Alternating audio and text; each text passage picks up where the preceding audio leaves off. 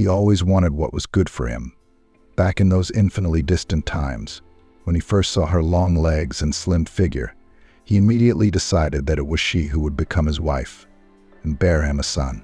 First his, and then as many daughters as he wanted. "We'll have a son first, and we'll call him Jasper," he said, gently squeezing the girl's narrow palm. Jennifer laughed softly. Her silvery laugh, her long fingers, her hair almost to her knees like a silk blanket of a marvelous shade of pink. A mermaid, and her eyes were exactly those of a mermaid, huge, light, clear as a quiet, deep pool. "You are a mermaid witch," he whispered, burying his face in her hair, "and your eyes are like forest lake mouths." "That's the kind that devils dwell in," she laughed. "I don't care. You've bewitched me forever. I won't be able to leave, no matter if it's devils with horns, or demons, or angels with wings."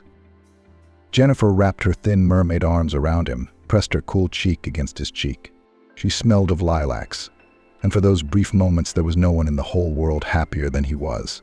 This is forever, he thought.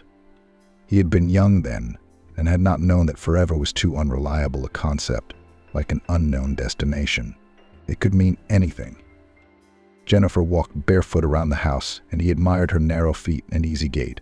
She never gathered her beautiful hair, and by some miracle it never tangled. Jennifer hummed something all the time, and her voice was surprisingly strong and clear.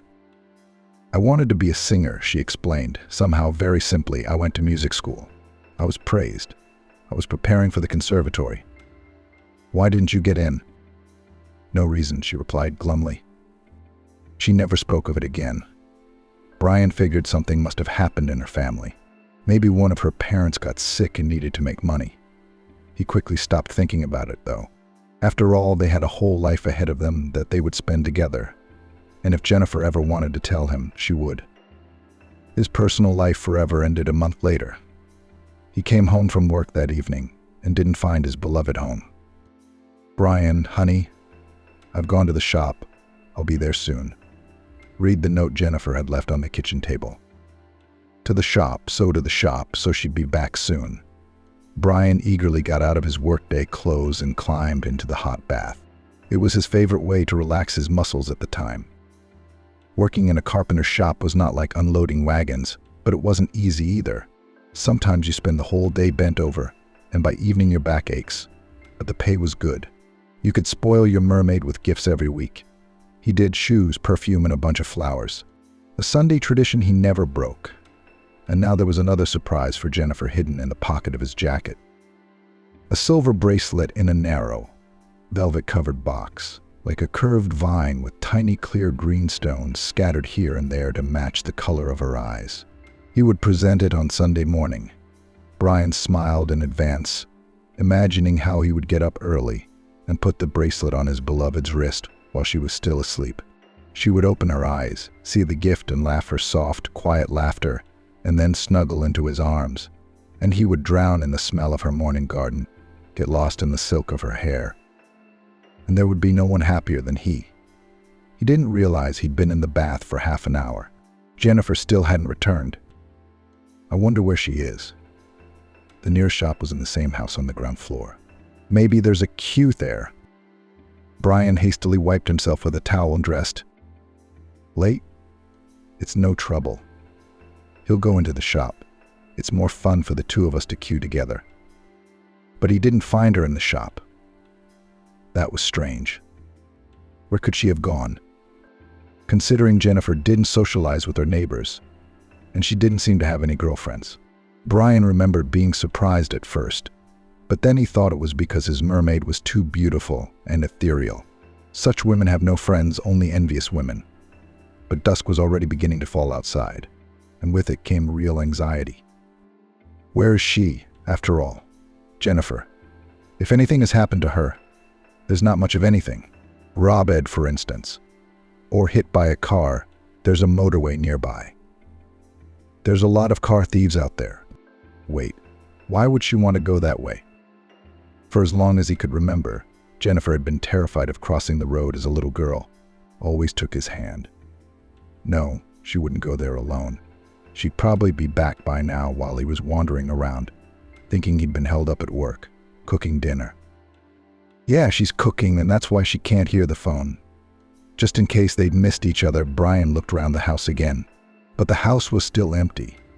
After another half an hour, he was already rushing around the neighborhood looking for his mermaid, calling her every minute, realizing the utter futility of these calls.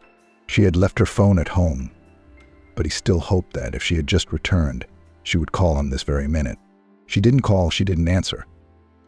Brian was about to run immediately to the nearest police station when suddenly, so it seemed to him, he spotted Jennifer in the company of some strange subjects standing on the porch of the market. "Jennifer," he called out, not doubting for a second that he was just mistaken. What could she be doing with those guys? She doesn't drink at all, never. She refuses even a token glass of wine on her birthday. "Jennifer, is that you?" The girl flinched and looked round. Yes, he was not mistaken. Alas, and for a moment he was scared. It was her, his mermaid.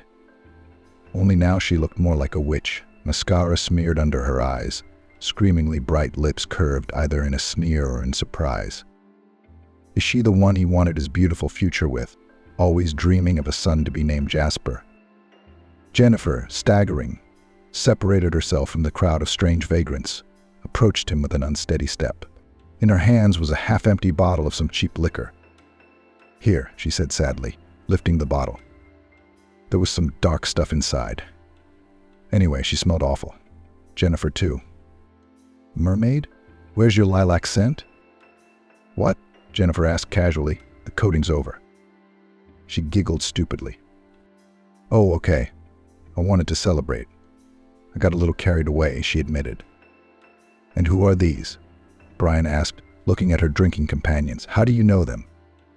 "I don't know," she giggled again, looking over her shoulder at her company. "We just met them like that, at the shop, right here today. They're actually nice." He nodded dryly. "I see." Jennifer smiled and walked back to her new friends, and Brian headed home. The whole time as he walked in the dark to his driveway, he thought about how his dream had crumbled, turned to dust. Either the dream was wrong, or he was just unlucky. But he still could not realize that something very important in his life had ended. And that's what was the worst part, realizing it was over. 2 hours ago, he'd had some sort of home. It was nothing special, a rented flat with old furniture. But it was still a home, his home, and in it lived his beloved, and he wanted to live with her all his life, their common life. And now there was nothing, no home, no beloved, and the ungifted bracelet case pressed into his ribs, as if reminding him of a wasted purchase. When he entered the flat, without undressing, he went into the room and quickly gathered his things. He left the bracelet on the table, placing it right on top of Jennifer's note. Let her drink it, or sell it. Alcoholics always need money.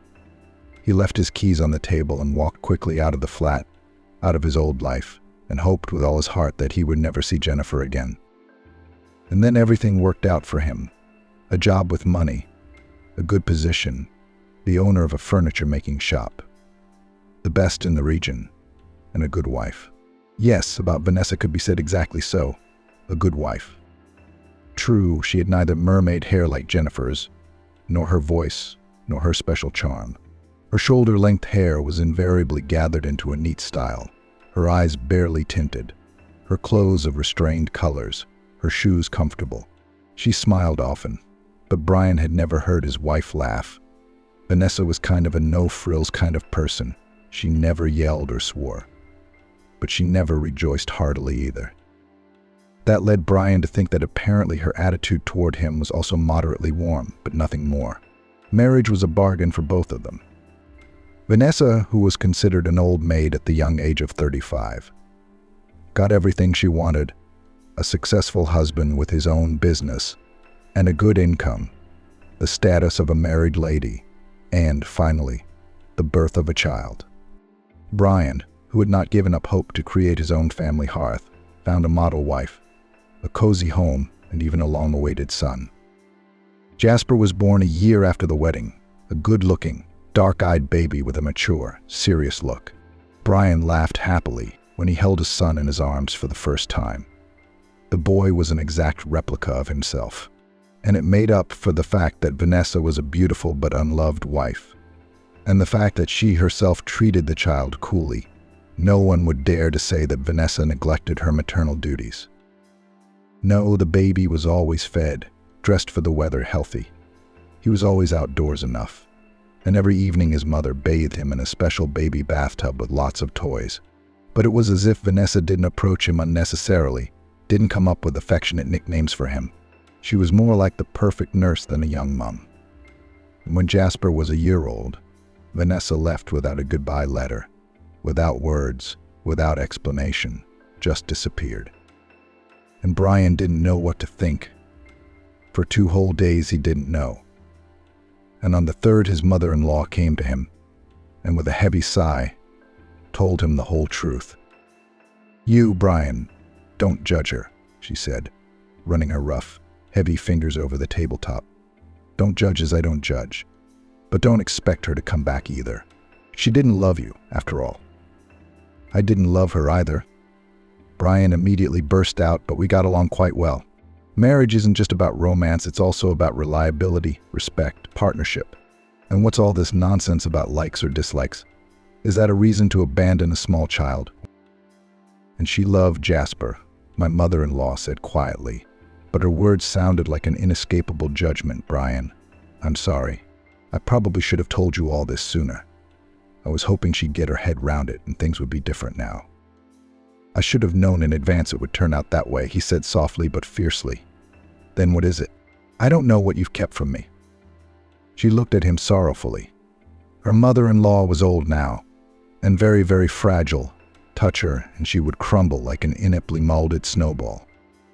"I didn't mean to, Brian. Vanessa told me not to tell you, not to scare you. It started when she was young, right out of college. There was this one guy, either a poet or a musician. I don't think he even knew who he was. They met at a concert, and she brought him into the house to meet him. I didn't like him at first. He was impudent, dirty, greasy hair, unshaven face, eyes like a cat's, round and empty. But he made Vanessa completely lose her mind. For 2 years she suffered. She was so nervous, and she keeps repeating to herself, he is a poet, he is a musician, he is a genius, and I am his muse. She had 2 terminations of pregnancy, helped him with money. What a shame it was. She borrowed money from everyone and had nothing to give. This genius needs money again. Her friends and acquaintances have already turned their backs on her. They stopped lending money, so she went to her neighbors, and they said to me, "Mrs. Kimberly, your Vanessa has borrowed $3,000 from us. Do you know when she'll pay us back? She'll pay it back, all right." I was paying back her debts myself, and I was saving him from the booze. He was a heavy drinker, or maybe he was using something else. I don't know. And she made up an idea. She started drinking with him, so he'd get less. And 2 drunks understand each other better. And when he got drunk, he'd start chasing her. That was his stage of intoxication. Once she came home in the middle of winter in her nightie. In the morning she had a fever or bronchitis. I don't know how she survived. And what? When I got back on my feet, I ran to him again. I went to my beloved. How could he be without her? Suddenly he, the genius. So he has nothing to eat and nothing to drink. I bought food and drink, a whole bag, a checkered one, the kind that shuttle cars carry goods in, and she ran, her heels glistening. I couldn't resist spitting after her. I think it's true what they say. If you don't have a mind of your own, you'll get at least a diploma, but it won't do any good. But she was an excellent student at school and in the institute, and the first and an activist. And here you are, she found happiness. And she forgave him everything, She said he was creative, talented. Such people have a difficult character, nerves like bare wires. So let him go, let him heal his nerves. And she replied, no, if he will be calm, he will not be able to create. As for me, so let him not create, but he would live like a human being. That's how they lived. His nerves were exposed, and she had an interruption or debts. And about the second one, she almost died. She missed all the deadlines. The regular hospital wouldn't take her. So she went to some underground witch doctor. I don't know where they found her. But after these cases, she nearly bled herself to death. The ambulance was barely in time. She's in hospital, almost alive again. The police came to investigate, but no documents, nothing. She just flaps her eyes. I don't know anything. I'm an honest pensioner. I don't do any interruptions in secret. And I've never seen yours before. So that's how she went. They questioned her and let her go. There was nothing to charge. Vanessa walked on the wall for a fortnight. And then I saw this bloke of hers hanging around the hospital, stomping his heart in the snow. He brought her a parcel, 3 oranges. She, a fool, melted love, he's trying so hard. Once he brought his guitar right under the ward window and started to sing songs like a cat in the spring. He didn't let anyone sleep until the orderlies chased him away. Then Vanessa was discharged. And then he started all over again. He got completely drunk, and in the evening he went to the shop to buy a drink. But it was late. They didn't sell it. So he freaks out and starts smashing bottles in the window. The guards were there. They rounded him up and handed him over to the police. How did he get so lucky? He got off with a fine. Of course, Vanessa paid the fine for him. She went to sell tulips from her car for it. It was the 8th of March. Florists make a lot of money on that holiday, so she stood out in the cold for 3 days. But she made money and gave it all to the fine. They had a strange love affair, until he found a new fool for himself. Brian shook his head. His mother-in-law's confession made him feel sick. "This is a nightmare," he said with difficulty. Then I'll be honest with you, straight up breathed a sigh of relief. The guest continued. "But I reckon he's cut loose and well. Now Vanessa will cry, grieve, and pass. She has her whole life ahead of her. Time takes its course, and spring comes every year. A young girl can't sit alone. That's right, she'll cry and find a new one. But she didn't even cry. She works and works, sits at home all evenings reading books. So she sat there for 2 years. No going out, no going to the cinema with her friends. I said, you should go somewhere. Get some air. Maybe you could have a rest, go on holiday." "Mom, where to?" "Go anywhere. Go to new places, see new places, meet new people." She doesn't want to. She just sits there. She goes home from work, home to work, reads books at weekends. And she doesn't want anything. She doesn't want anyone either. Not much good, but at least she's in sight. She doesn't drink. She's not in treatment. And then this unrecognized talent appeared again, as if from under the ground. He started singing his songs about great love again, and that he understood and appreciated everything. And Vanessa takes it and believes it, not right away, really. For 2 days, she stares silently out of the window at all his antics and just stands there. If she doesn't, she leaves. And then she takes up the book again, as if he's here. He hasn't gone anywhere, but he doesn't say anything. And on the 3rd day, he stole a bouquet from somewhere. I don't know, but I think he did. He never had any money of his own. He took the flowers one by one and put the word Vanessa under the window. That's how he wrote guilty. And I love you. And he's standing there with all that romance, waiting for her to stick her nose out the window. And she does. And all of a sudden she's laughing. I haven't heard her laugh in 2 years. And I hear her shouting at him, "Get up." But then I intervened. I didn't stand for it. I stood in the doorway and said to her, "I won't let him go, and I won't let you go to him. You're completely out of your mind. Have you forgotten how you got out of that love of yours barely alive?" And she pointed at the window and said, "If you don't let him out, I'll jump out the window. I'll go to him anyway." And I could see in her eyes that she would jump out. I was scared, confused. I moved away from the door, out of harm's way, and she jumped into my boots. Didn't even bother to button them. My lover's waiting. Instead of chasing him away, she started to work on him again. And again he drinks. She forgives. Beats. She forgives.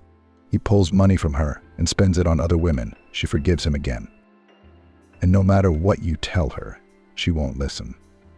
Such love. He brought others to the hovel where they lived and told her not to worry. He loves her very much. He's just looking for inspiration. He brings his next inspiration. He gets inspired in his room. And Vanessa sits in the kitchen all night. In the morning, she has to go to work, or her lover will have nothing to eat. Then she fell asleep at work a couple of times. It's understandable, you can't sleep on a stool in the kitchen. She worked in an office where everything is in plain sight. So they noticed, of course, and warned her the first time. And the second time, you have to file a report. And now she's out of work, no money. Her lover lost the last of his savings. As soon as he learned about it, he got so angry he started to scold her. How dare she leave him without maintenance? And how will he live and create now? So he left her again. He found someone, I guess, from his sources of inspiration. Vanessa saw her. She said she was beautiful, even though she drank. I think her name was Sharon. So he brought in this new one. And he said to Vanessa, "Come on, pack your things. I'm moving out of here. I'm gonna have a new life now," he said. She even hit him on the head with a frying pan, packed her things, and they were only in one bag, and went on, got a job again and read books. She goes out on weekends. A year passes. I see Vanessa looking out the window again. I realized why she kept looking out the window. I looked myself. Well, there she is, standing there like a statue, and 3 stunted carnations in her hands. No girls like that around. Did he take her from the cemetery? But she doesn't care if it's from a graveyard or a rubbish dump. I don't care about your gift. I care about your love. She ran to him as if elated, embracing this talent as if he'd come back alive from the war. What a joy. I wasn't even surprised. I'm used to it. I don't know. He came and went like that 4 times. She almost went to court once because of him. What? How come? He needed money. I don't know whether it was for a woman or vodka. Vanessa was a cashier at a big shop back then. They sold building materials. She was in the wallpaper department. She always made a good profit. And then this guy calls, "Help me out, my love." 60,000. She says to him, "Where can I find you that kind of money?" "Well, go borrow it from someone." She rushed to other departments, to sellers. There she would take 1,000, there she would take 100. Somebody gave her a half, somebody gave her a tenner. Anyway, that's how she collected. But it's not enough. And her tormentor keeps calling, hurrying her. Vanessa's crying her eyes out. She tells him that she's only collected 10, but it's not enough. She shouts, "Look for another 50, or they'll lock me up." He says he took a friend's car for a drive. But as usual, he was looking for his lost inspiration. He was lying, of course, as usual. And Vanessa was like a rabbit in front of him, eyes blank and believing every word. She took some money from the till, gave it to him. He said he'd pay her back tomorrow, but he disappeared for a week, and everyone at work found out. They wanted to make a case against her. She persuaded him not to make a fuss. She was scared to death herself, ran, and took out a loan. She returned the money to everyone and paid off the loan herself for 2 more years. They didn't write a statement against her for that, but they asked her to leave her job. And of course, it's as soon as she was left without a job and with debts. That's how that talent left her. Then she already got a job with you. You got married, I thought. That's it, already settled down. But no.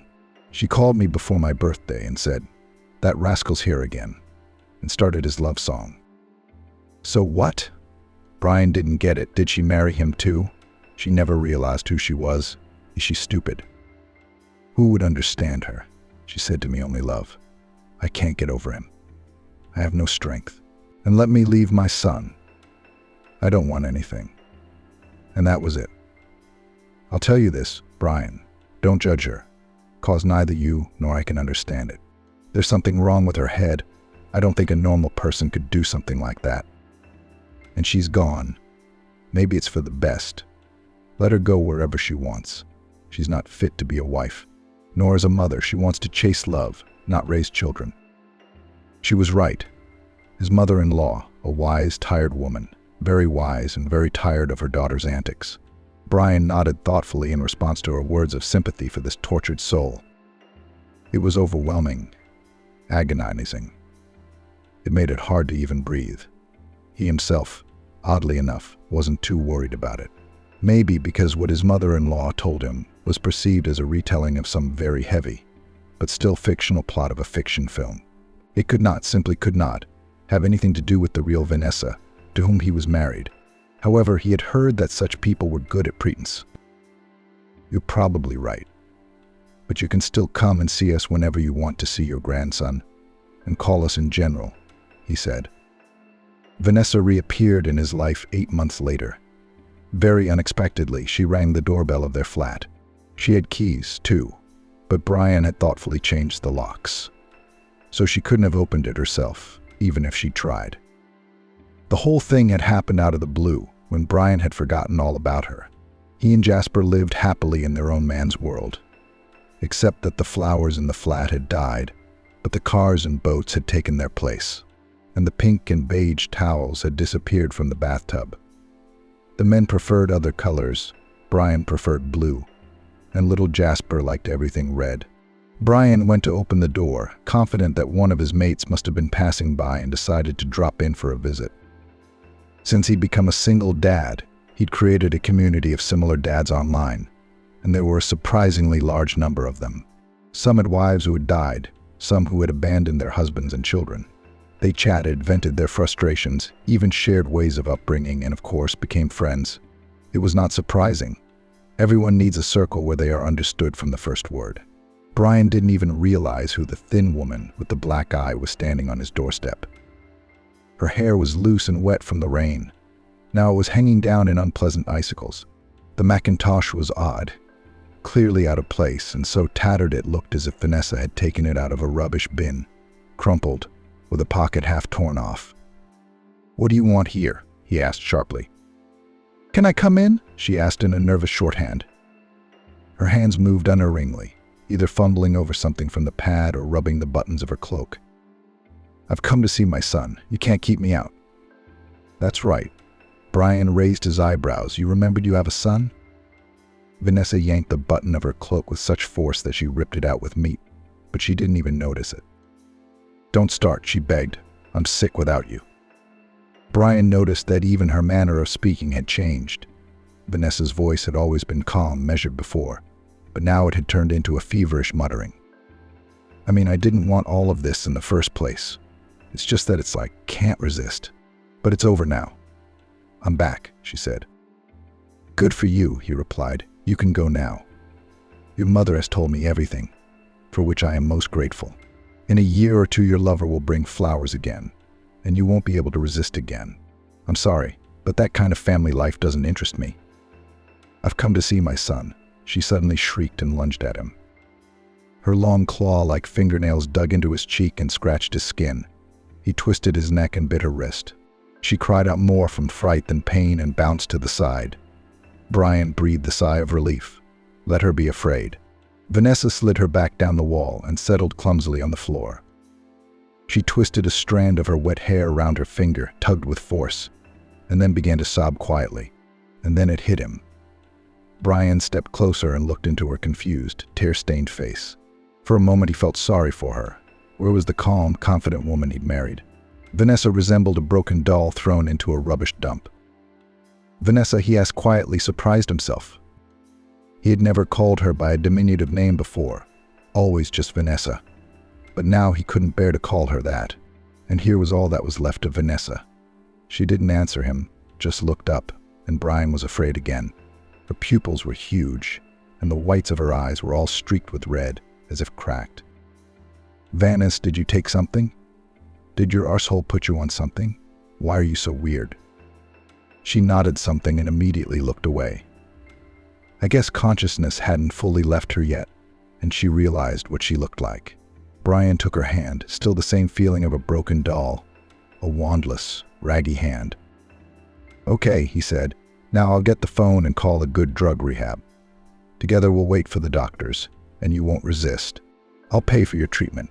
Whatever you need, drug therapists, drips, a therapist. You need help. The addiction will pass, and you'll be yourself again," he said. Again that conspicuous nod. "And here's the thing, I'm afraid to leave you here. Why don't you make your way to the flat instead? Get up." He had to lift her almost forcibly from the floor and drag her into the corridor. She seemed to be able to walk, but her legs were spluttering. "Okay, sit down," he said, pushing her over to the couch in the hallway. "You sit here and wait for me. Got it?" She looked up with inflamed eyes. "Yeah, okay. Going to get the phone. Be back in a minute." When he left the room, Vanessa was gone. The small safe that Brian had once installed between the shelves of the wardrobe was open and empty. In fact, there wasn't much money in there, only about $30,000. Brian didn't like cash, but he kept a small amount at home, just in case. He grinned, and no longer doubting the result, slipped his hand into his coat pocket. That's right, she'd stolen the purse, too. A couple of thousand, I think, but it was expensive, stylish, custom-made. Well, at least now we know what Vanessa was after. In fact, it suddenly seemed to Brian that her appearance had been nothing more than a bad dream that had ended. He didn't have to deal with his ex-wife's treatment, make sure she didn't snap again, organize her communication with his son in such a way that it wouldn't be traumatic for the child. I guess you could say I got off lightly. Vanessa never showed up again. He's avoided women ever since. No, of course, there were flings, but no close relationships. Brian, though it was hard for him to admit it himself, had no luck with women. Twice he'd tried to start a family, but his first love, Jennifer, had turned out to be an alcoholic. And reasonable-looking, balanced Vanessa because of the bad passion-committed wild acts. In fact, it was the same addiction, only to a man who could not be called a man. What could I do? With Jennifer, his faith and love was gone. And with Vanessa, the belief that spouses can be reliable partners. Maybe it was somewhere upstairs that decided that each woman would take something away from him. But his son Jasper grew quickly and pleased his father with his first small and then serious achievements. It seemed that only recently he made his first uncertain step, but here is already a victory in the contest of the best reciters, and then the regional Olympiad in chemistry, where Jasper easily took first place. Then the basketball team of the chemical and biological faculty, and Jasper, the captain and head of the whole stream, an excellent student. And this despite the fact that his son never liked to cram, but he was quick-witted and creative. Interestingly, by that time Brian had already got used to being called Brian Petrovich. The business was thriving and still bringing in good profits. He loved his work, it was not boring. He sincerely believed that, at least in his profession and fatherhood, he had made it, and was preparing for the fact that in the foreseeable future he would become a grandfather. Jasper, however, was in no hurry. His father had long ago noticed that his son was indifferent to girls. Too much energy was taken up by studies and sports, and then the guy got used to constant female attention. "I'm in no hurry, Dad." That's the whole conversation. Deep down, Brian Petrovich was even glad that youthful hobbies and passion seemed to have bypassed his son. After all, he himself had made 2 big mistakes with women and did not want anything like that for his child. It would be better for Jasper to live in his own pleasure until he was 30 or 35, and then he would choose a quiet, family-oriented and child-oriented girl, maybe even 10 years younger. Intelligent, interesting man and family woman keeper of the hearth, a great combination. After all, there must be in this world women who can be trusted. So far, there was only one woman to trust, Elizabeth, the housekeeper, who had been working with Jasper for a year. As a matter of fact, Brian had only 2 requirements for housekeepers: that they did their jobs and that they didn't talk too much. But somehow, until Elizabeth, no one had been able to fulfill those 2 simple requirements. Molly, the first applicant, spent all day cleaning, and she couldn't cook at all. Her meat burned and her spaghetti stuck together. And as for baking, Brian preferred not to mention it. He almost lost half his teeth when he took a bite out of her bun. Elizabeth cooked perfectly and cleaned quickly, but she was on the phone with all her many relatives, talking loudly and nonstop. Considering that she was moving around the house at an incredible speed, it soon began to seem as if she had been multiplied and was appearing in a dozen places at once without interrupting her chatter. Kelly, an angel-like blonde creature, had a surprisingly poor memory. She managed to forget to switch off the cooker, hoover, unload the laundry from the washing machine, and not turn off the tap. After her dismissal, She had to pay for repairs to the neighbors and replace almost all the household appliances.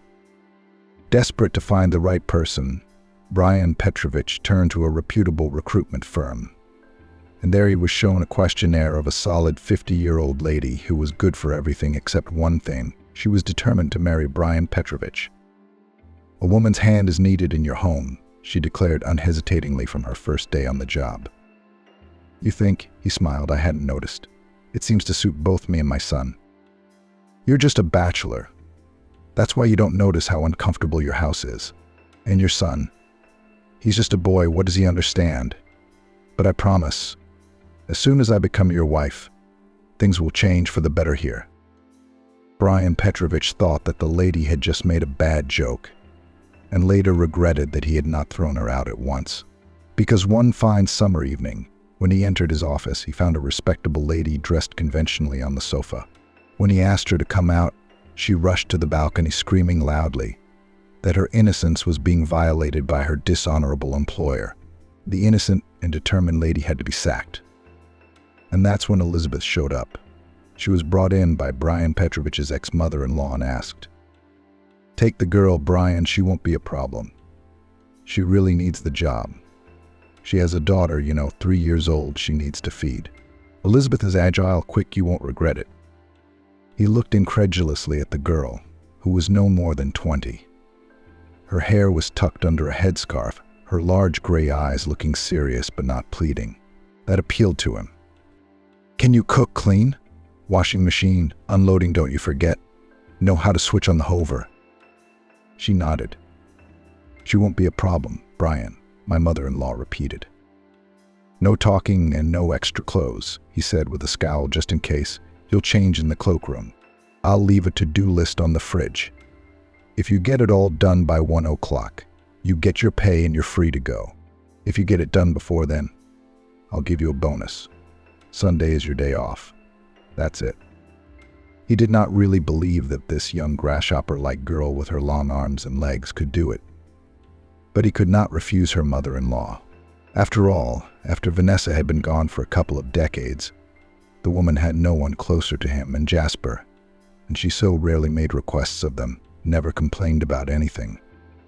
Even the flat Brian had bought her, so that she could live not in a 2-bedroom flat, but in spacious, bright rooms in a nice neighborhood near a beautiful park, she had accepted with gratitude but embarrassment, and kept repeating, "Oh, come on, Brian, you shouldn't have done that."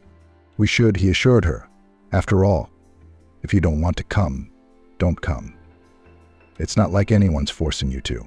But you can rent out your new flat.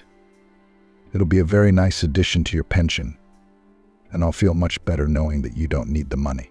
You'll never admit you need anything, will you?" "And I don't need anything," she smiled serenely. "Jasper's growing up, he's fine. And with you, Brian, too, I don't have anything else to dream about." She didn't mention her daughter, and Brian thought bitterly that his mother-in-law must have come to terms with the strange, dark road Vanessa had chosen, swapping both husband and son for her, maybe without admitting it to herself in the most secret depths of her soul. And she thought Vanessa was dead. Didn't he feel the same way? She was as dead to him as the woman he'd once known. What was left of her when he had last seen her was an empty shell, a broken doll and a wet cloak. His mother-in-law also accepted birthday presents and any holiday gifts at all with unwavering embarrassment. Brian tried to be considerate of her.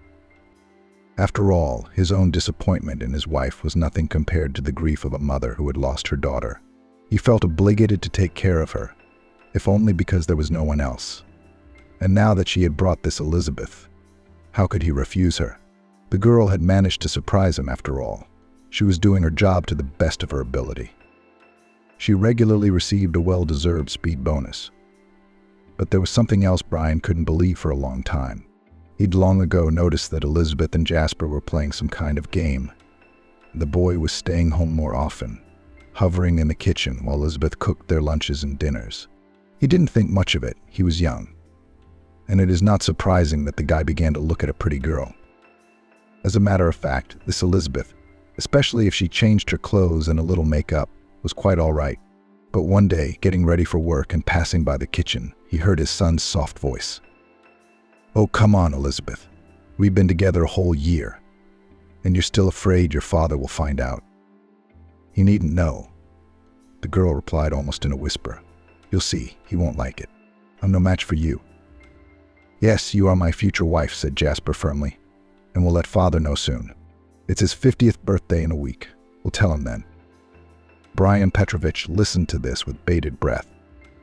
It seems that amazing changes are coming in his son's life, and he doesn't even know about it. No, of course he, like any normal father, wished him happiness and was ready to accept his choice. But Elizabeth is just too much. Jasper, with his looks, his brilliant education, his sports, his barely started career.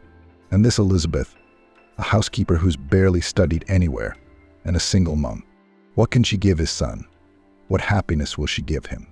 She'll cook him soup, borscht, scrub the floors. She knows how to do that. Yes, of course, she'll give him kids. And that's it. Anybody can do that, practically anybody. Elizabeth married Natalie. Why choose the first girl you see? Isn't there any other girl? What can he talk to her about? And in a year or two, when he's out of love, will he be interested in a wife like that? He will be ashamed of her, will not be able to bring out in decent society, to introduce her to decent people. As Pushkin said, you can neither step nor speak. Oh, Jasper, you're a reckless man. You've given me a good idea, though, son. You've given me something to think about. Brian looked thoughtfully into the kitchen. Elizabeth hasn't left yet? It'll be ready in 10 minutes, Mr. Brian, she replied, stirring the thick, fragrant soup in the pot. No, I'm really glad you're here. I wanted to tell you something. Do you have any requests? She switched off the cooker and looked at him carefully. Not really. It's my 50th anniversary in a week, and there's going to be a small banquet at a restaurant. My friends are coming, and Jasper's grandmother will be there too, of course. I'd like you to come too. Jasper can bring you. Are you serious? Yeah. I think you could use a break from work at all. Get some rest. Oh, and bring your daughter with you. Let the child eat dessert, be in an interesting environment. In short, I look forward to seeing you both. He left the kitchen without waiting for her reply. This was the right thing to do. Brian's plan was simple. Jasper should look at his beloved not here, in the kitchen, among the pots and pans. Here she's quite organic, even sweet. A kind of home fairy, keeper of cleanliness and tasty, albeit simple food. But let him admire how she fits, or rather does not fit into the environment in which he will spend his life. Let him see how she compares to those people who, like him, are perfectly educated, successful, and accustomed to expensive things. Against this background, his Elizabeth will inevitably appear to him as she is, unassuming and awkward. Exactly as she really is. If the boy is not stupid, and he is far from stupid, he will quickly figure it out and suggest that the pretty housekeeper remain friends. See how things are working out, came Jasper's muffled voice. Brian grinned. Yes, son, lucky indeed. He'd never prepared so thoroughly for any of his 50 birthdays. In fact, he wasn't too keen on celebrating it either. It was a hot time at work. And besides, it seemed to him that 50 was a lot. After all, one had to get used to each new decade. Here you are 20, and it seems like a young man, and not a child at all. Then 30. Well, at this age, it would be time to seriously think about a family. 40. Most people have a well-established career, and the financial side of life is in good order. And at 50, what should a man have at 50?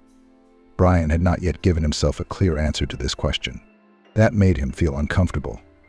He didn't like uncertainty, but his friends had persuaded him to celebrate the anniversary, and he didn't want to upset them, especially now that it was so important to show Jasper the girl he had chosen to marry. Brian's friends had grown-up daughters about Jasper's age. Many of them had wives who could rival their daughters, beautiful, well-groomed, well-mannered women in expensive evening clothes. The exquisite surroundings were just what was needed to open Jasper's eyes at last.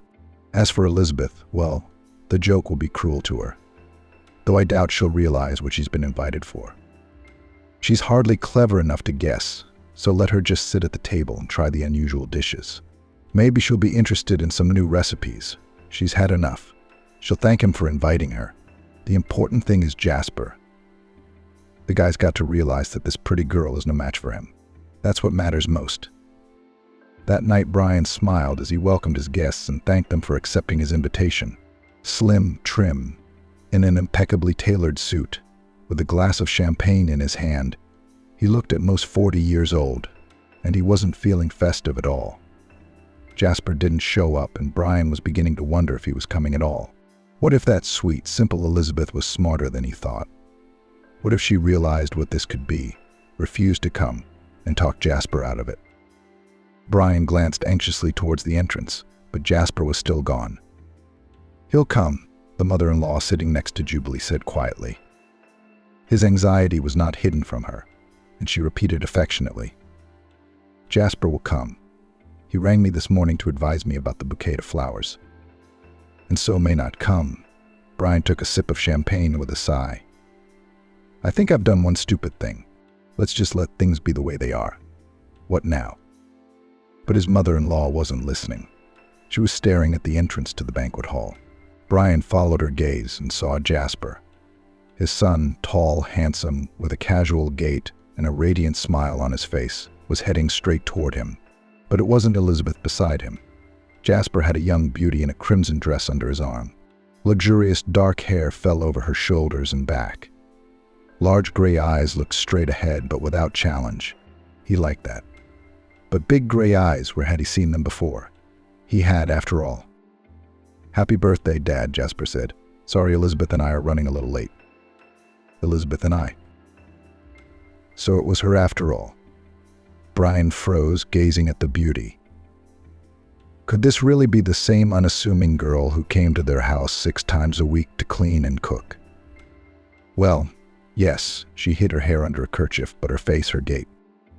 Or was it just the pretty dress and makeup that did the trick? "I wanted to tell you today specifically," Jasper said. "Elizabeth and I have decided to get married. I hope you'll be happy for us." And Elizabeth smiled. "There was no way I could think of a suitable gift for you on a day like this. And so I decided to. Would you allow me?" She walked to a small bandstand tucked away in a corner of the hall and flipped open the lid of the piano. Her fingers ran swiftly, affectionately over the keys. "I would like," she said, taking the first chord, "to give you a song." Jasper smiled encouragingly at her. Elizabeth sang in a clear, strong voice like Brian had never heard before. "How do you know this girl?" he asked hoarsely to his mother-in-law, who didn't seem at all surprised by what was happening. "Brian," she replied tiredly. "I didn't tell you, but Vanessa came to see me once more. Here's Elizabeth, who wasn't even 2 years old then, was the daughter of that loser musician, and Sheila." "Jennifer," Brian corrected her, machine generally. Now he no longer doubted it.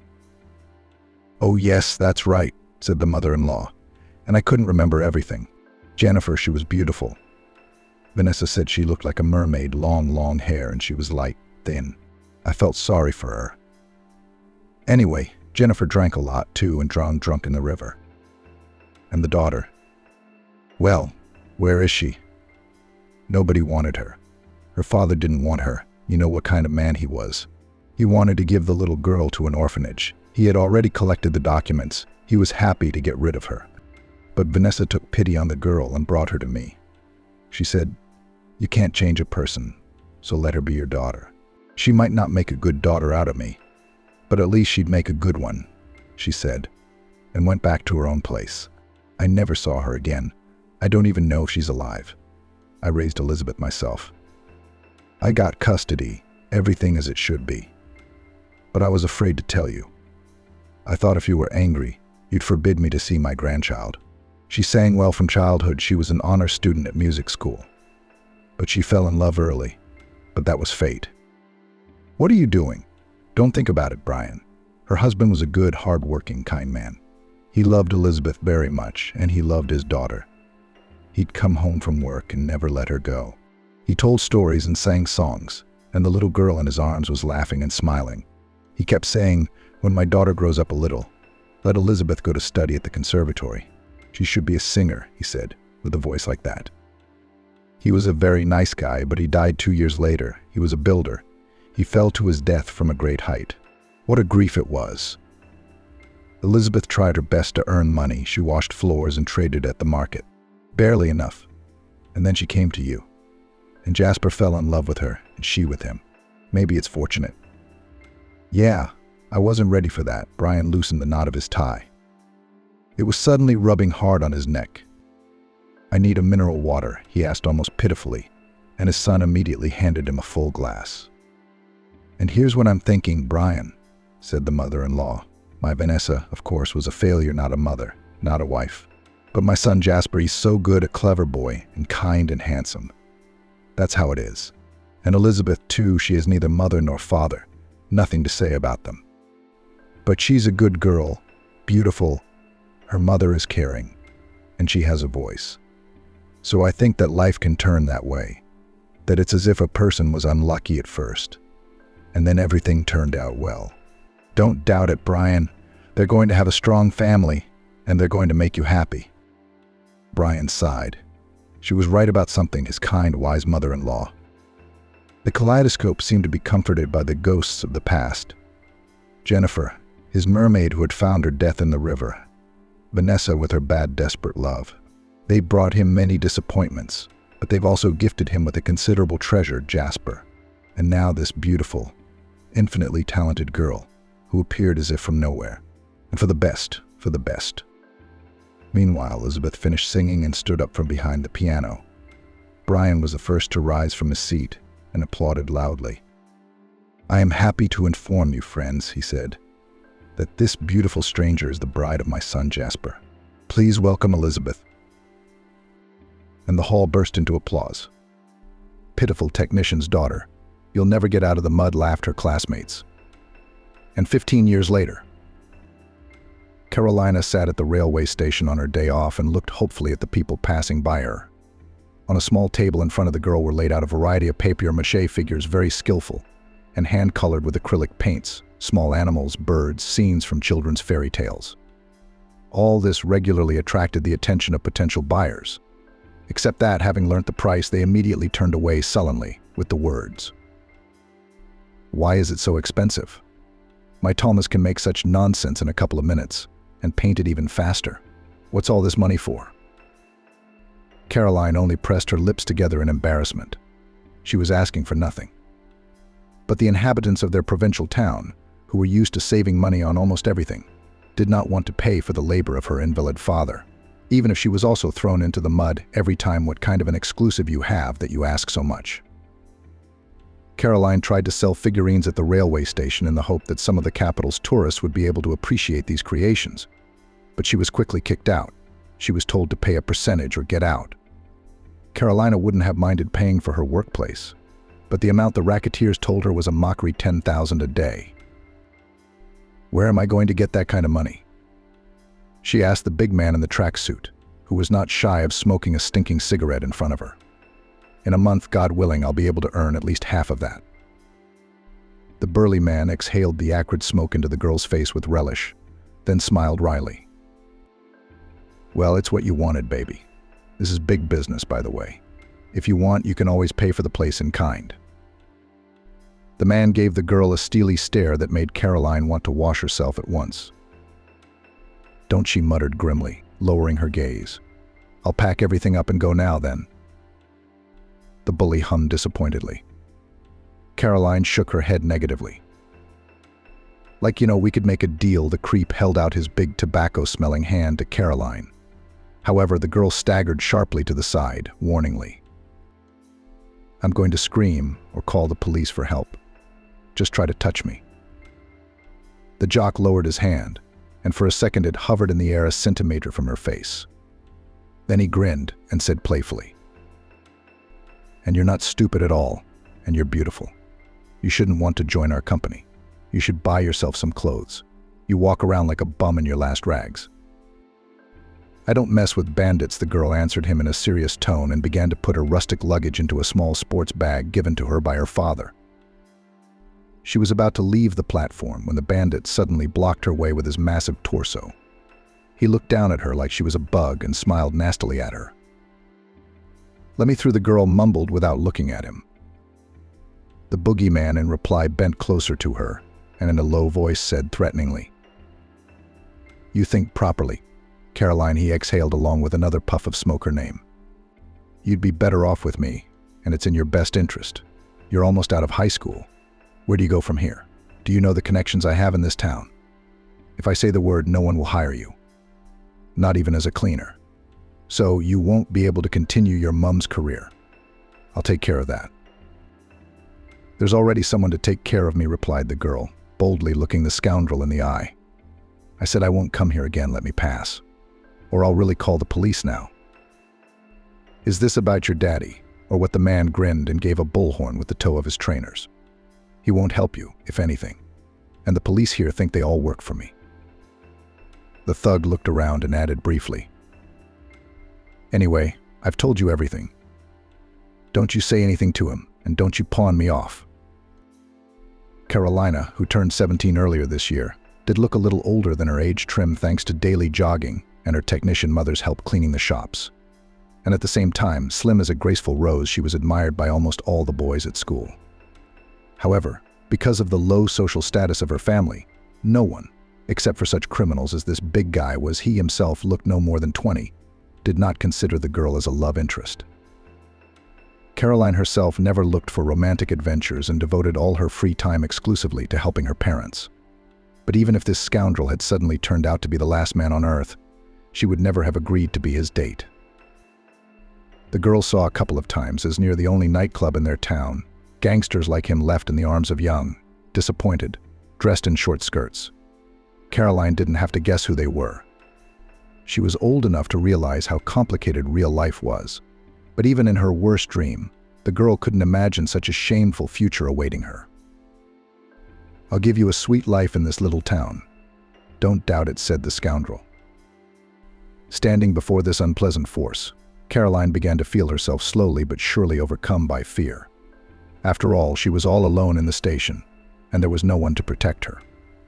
Fortunately, at that moment, the villain's mobile phone rang, and Caroline, taking advantage of the fact that he was distracted, hurriedly slipped out of the bandit's sight.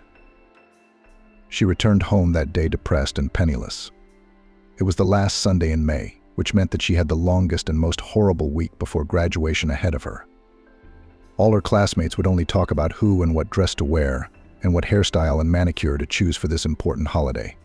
And guys will try as soon as possible to invite the prettiest girls of the school to the ball. And only Caroline, of course, no one will be invited to spend time at the last school party in her life. Nor will she have any dress, shoes, or manicure. "Honey, are you okay, Jennifer?" the girl's mother inquired cautiously. "You're all pale today. Didn't manage to sell anything at all." Caroline covered her eyes with her hands, unable to hold back the tears that were about to spill. "My girl, what's wrong? Has someone hurt you?" the woman asked again, clasping her crying daughter to her side. "I don't want to go to this stupid prom," Caroline finally managed to utter, trying to control her sobs. Jennifer stroked her daughter's soft, dark blonde, shiny hair and looked into her lovely golden brown eyes. "Honey, but prom is one of the most important days in any girl's life, isn't it? Are you sure you want to miss such an important event? There won't be a second time like this in your life," her mother warned her. Caroline only sobbed a couple of times, then sat down on the bed and began to wipe her eyes thoroughly with a handkerchief. "And it's a good thing it won't," she said. "What haven't I seen at this feast of female vanity? The guests will all do nothing but show off their expensive dresses to each other and drink cheap red wine, while the class teacher and the principal discuss the biggest gossip of the year in a corner of the gym." Jennifer smiled at her daughter, but Caroline saw a slight sadness in that smile. "Are you really that worried about not having anything to wear?" she asked affectionately. "I've already put some money aside for you for a dress. And the shoes, you can have my shoes. Do you remember the loafers like that? I married your father in them." Her mother's eyes clouded with unpleasant memories. Sometimes Caroline marveled at how much her parents loved each other, even though they had lived together for many years and endured hardships. Jennifer had come to this town from a remote village where she had been raised by her grandmother until she came of age. Unfortunately, Jennifer was never able to enroll in any educational institution to continue her studies. The knowledge she received in the village was barely enough to keep her from starving. The young girl was offered only low-skilled work as a cleaner, or, even worse, openly obscene offers. In order to get a foothold in this place and make ends meet, Caroline's mother got a job as a floor cleaner in the office of a taxi company near the station. It was there that she met Michael, her future husband. Michael had been working as a taxi driver for several years and was earning quite well. He was immediately attracted to a modest, pretty cleaner who came to their town from the province. Her purity and openness touched the heart of the man, so that soon the taxi driver invited the girl to the first date, after which he and Jennifer began to officially meet. About a year later, the couple planned a wedding, after which the young people happily lived in marriage for almost 10 years.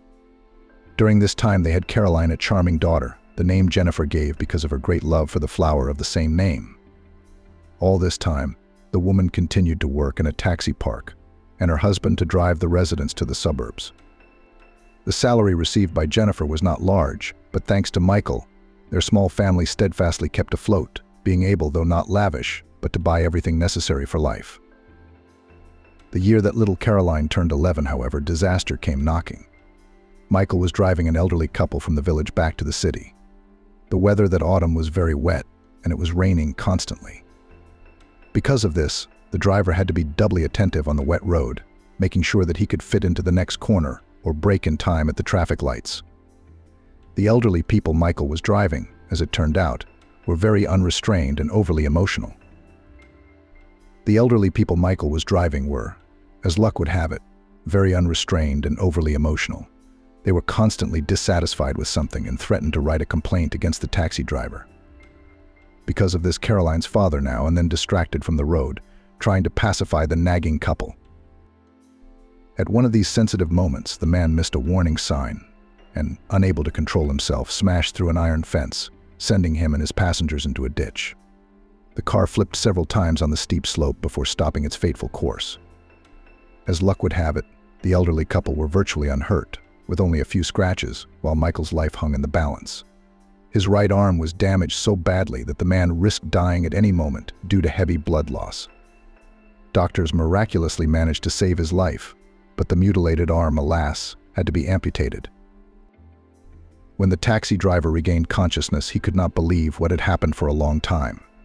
How could it be? He was the breadwinner of the family. What would happen to his wife and daughter?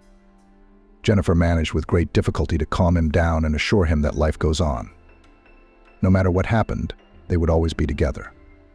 And she would do whatever was necessary to get them through these hard times. Since then, Caroline's mother has had to work 3 times as hard, taking extra shifts at the city hospital as well as at her daughter's school. Although Michael fell into a brief apathy at first, soon enough he was able to pull himself together. After all, with one arm or two, he continued to be the head of the family and could not allow himself to be completely supported by his wife and daughter.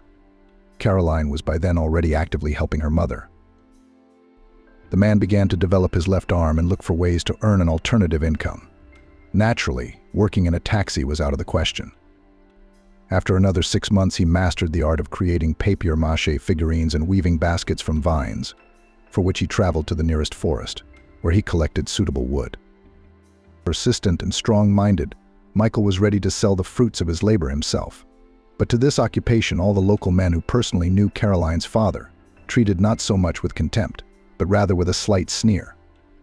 They said that he had been a normal man, driving people around, and now he had stooped to selling baskets in the street. Then Caroline offered her father to sit instead of him on a busy shopping street of the town with his daughter. "Is it enough for you to walk the corridors to class with your mother?" she asked. The father refused at first out of pride. "It's not good enough for you. I understand how your classmates look at you. Because of that," he said. Caroline was embarrassed, but tried to brush it off. "To hell with them," the girl answered him, smiling. "I'm not doing this to amuse them, but because we need the money. You spend a lot of time on this weaving and figurines, and women are much more willing to buy such things. What about your studies?" Her father looked at her doubtfully. "What about my studies? Studying won't run away," Caroline answered him simply. I will trade at weekends, and first I will try the squares. Or the markets, then I'll go to the railway station. A lot of people pass by there during the day. Maybe we'll make some money. Michael furtively brushed a large tear from the corner of his eye. He thanked God every day for giving him such a beautiful, understanding and supportive family. He could hardly have dreamed of anything more in his life. Except that it was a little hard without a hand. All right, he agreed. But only after work, straight home. I don't want you to fall behind in your classes because of this. Don't worry, laughed back her daughter. I learn new material quickly. As my teachers tell me, everything will be fine. Caroline shook her father's hand encouragingly and thought about how much she loved her family. For the sake of these people, she was ready to endure any difficulties, as long as they were healthy, fed, and had the opportunity to meet each new day with joy. Michael not unreasonably worried about the attitude of classmates to his daughter. No matter how friendly Caroline tried to behave with them, the school community flatly refused to accept her. Although the girl turned out to be the most attractive, not at all awkward in the class, and regularly received only excellent grades in physical education, other, more successful classmates only did that sought to tease Caroline at every opportunity. What, Carolina? Are you preparing for your after-school program again? Vanessa, the first beauty of the class, mocked her in the locker room. Let me guess. Do you have an extra class today to carry buckets of water or not? Oh wait, must be obstacle course practice. You're jumping up and down the stairs with a mop? Vanessa was laughing a hysterical, unpleasant laugh. Caroline had to restrain herself from saying something equally caustic and unflattering. The girl tried to avoid school fights, but it did not mean that she was ready to tolerate such an attitude to herself until the end of her senior year. Vanessa, you'd better finish taking your weight loss supplements, she said calmly, tying her old trainers. The classmates' laughter broke off abruptly. I'm serious. It's already melted your brains. You're laughing like a lunatic. Vanessa's face instantly contorted into a grimace of anger and disgust. Caroline realized she'd guessed right. Vanessa had been frantically trying to lose weight for the past few months to fit into the designer dress her parents had promised her for the prom. The only problem was that the size range of such outfits ended exclusively at size 42. You little brat, you filthy little brat. You'll never get married with such a horrible pedigree. So you're wasting your time training and running 5 kilometers a day. The girl was ready to run even 10 kilometers. She spat out in anger.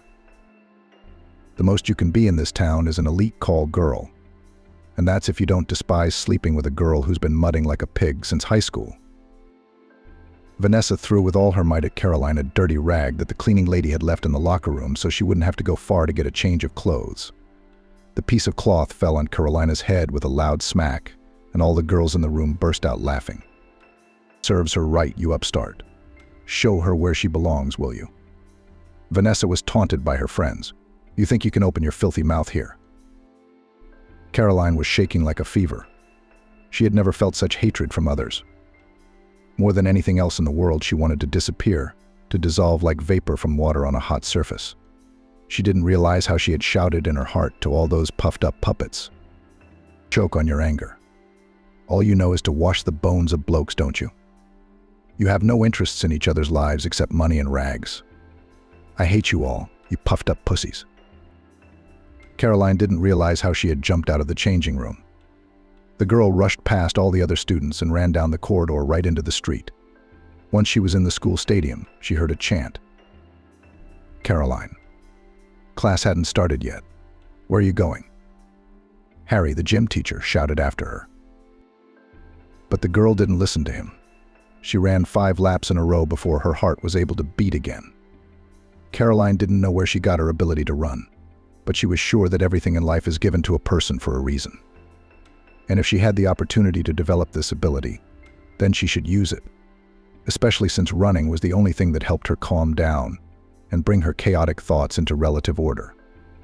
Trying to regain her breath, Caroline approached her classroom.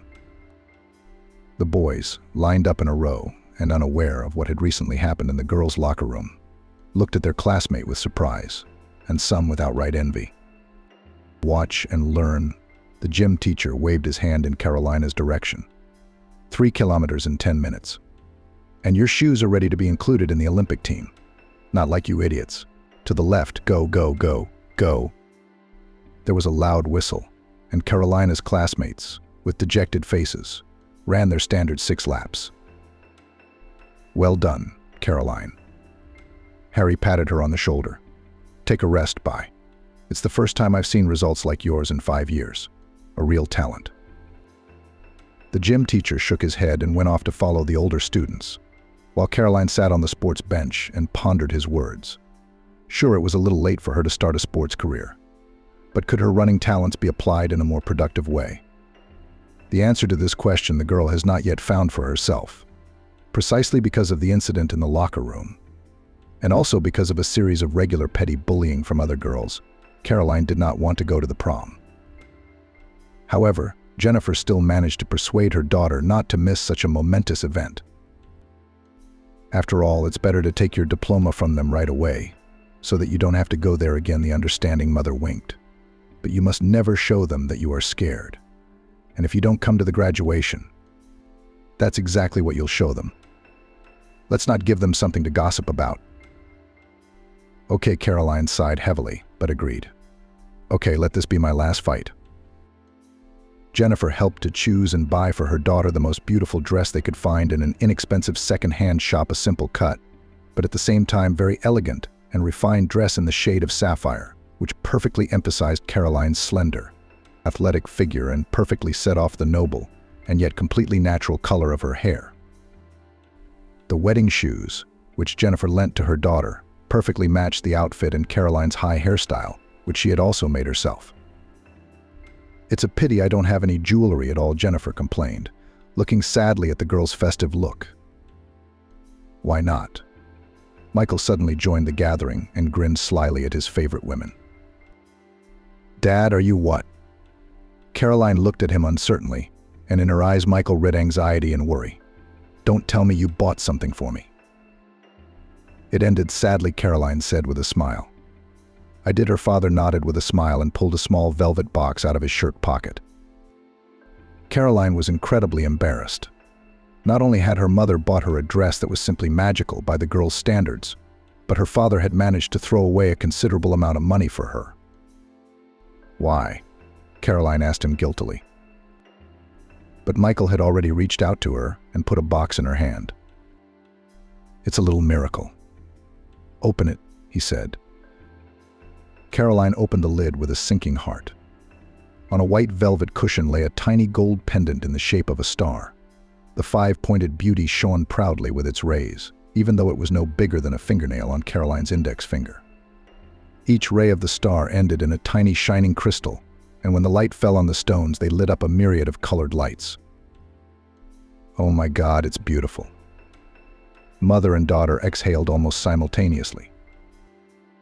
Michael smiled and said to the girl, Caroline, I want you to know that you, for me, will always be a guiding star that will not let me go astray from the right course.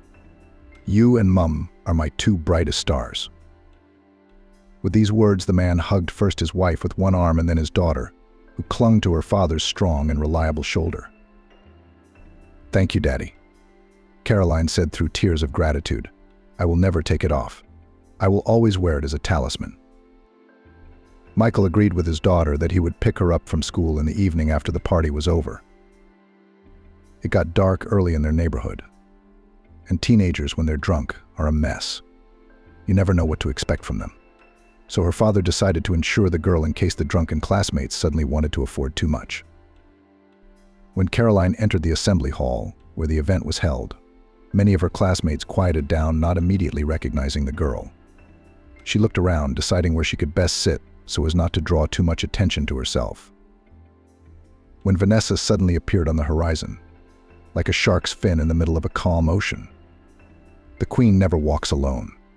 For some reason, Caroline thought at that moment the first beauty of the class was accompanied by her own entourage, consisting of 3 girls and 2 guys. And the whole company was heading straight for her. Caroline noted to herself that Vanessa didn't wear the desired dress from a famous designer. Apparently, she couldn't fit herself to the notorious beauty standards of the famous brand.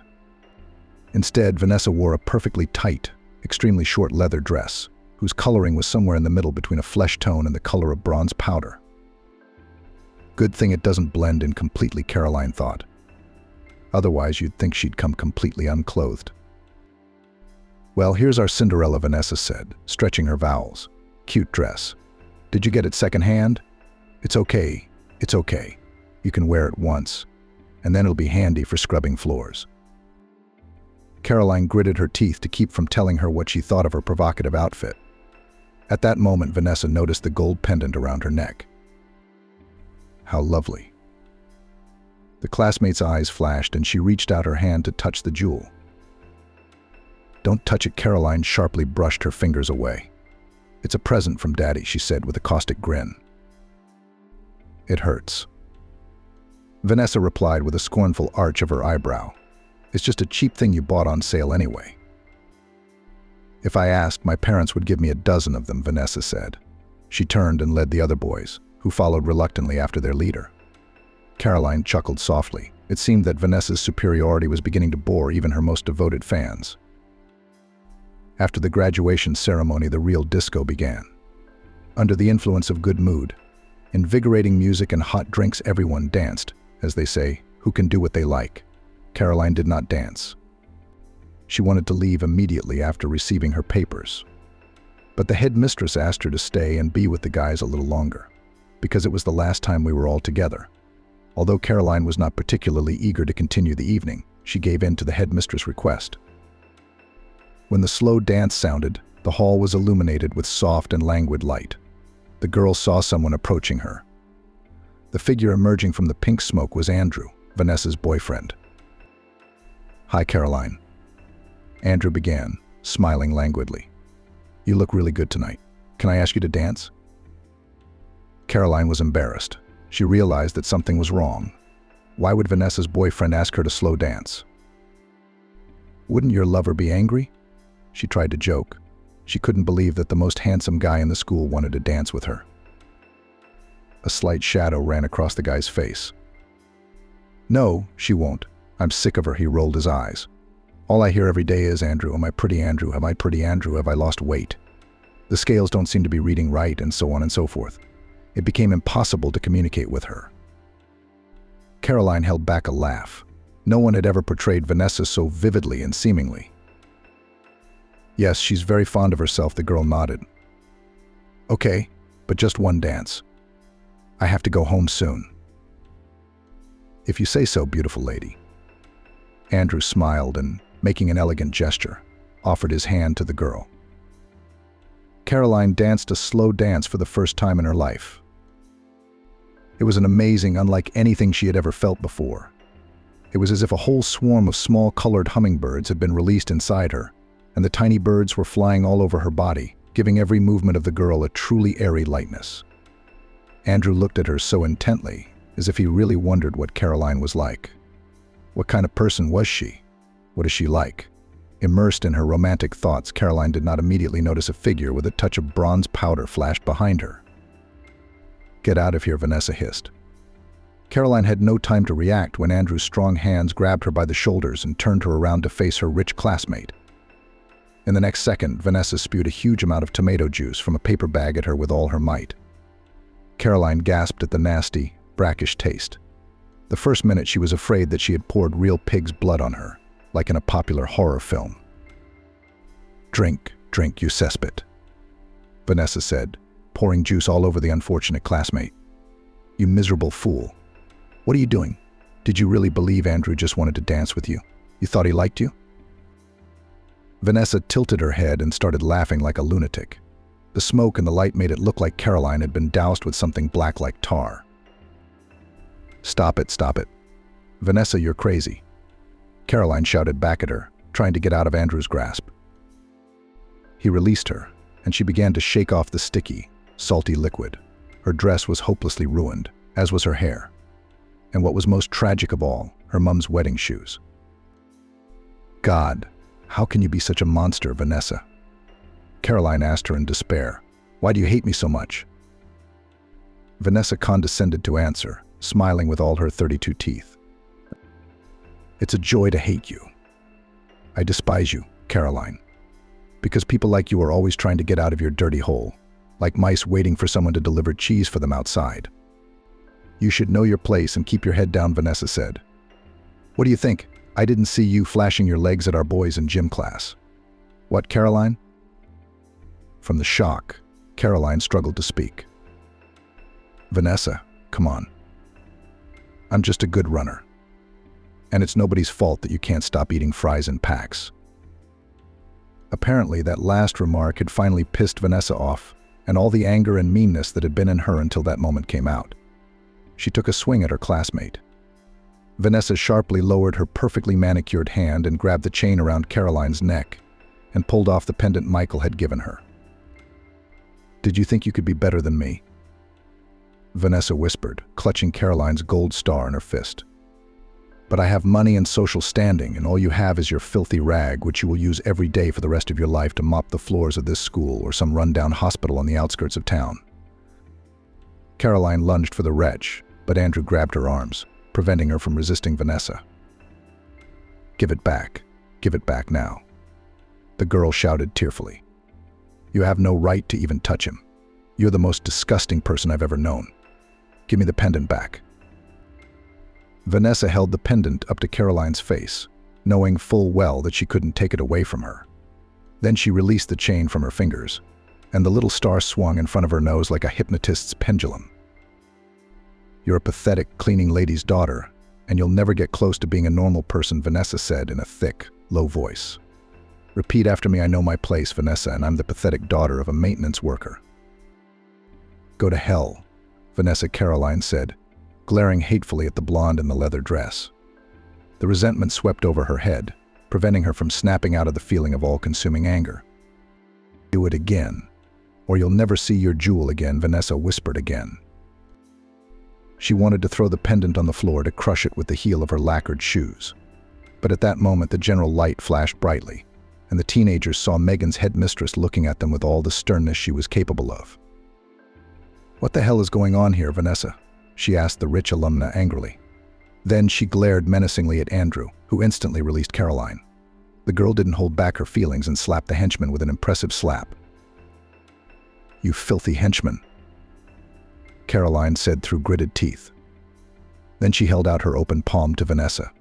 Give it back. What you took, now. Vanessa.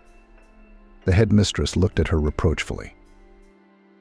Vanessa put the pendant back into Caroline's palm, being careful not to touch her, after defiantly wiping her hands on her dress. Megan, can I go home? Shaking with humiliation and resentment, Caroline asked her. My dad is probably waiting for me outside. She realized that at that moment she had become an absolute laughingstock in front of all the students and teachers at her school. Megan looked at the girl with genuine regret and said briefly, Of course, dear, go. Have a happy life after school, she added belatedly. But Caroline was already closing the doors to the assembly hall behind her, and at the same time to this horrible part of her now definitive past. After graduation, Carolina had been in a terrible state. For almost a month, not wanting to go out, she hadn't discussed what had happened with her parents. When Michael met her at the school and saw in what moral and physical state is his daughter, the man was ready to tear and throw. Daughter, just tell me, who are the bastards who did this to you? They're your classmates, right?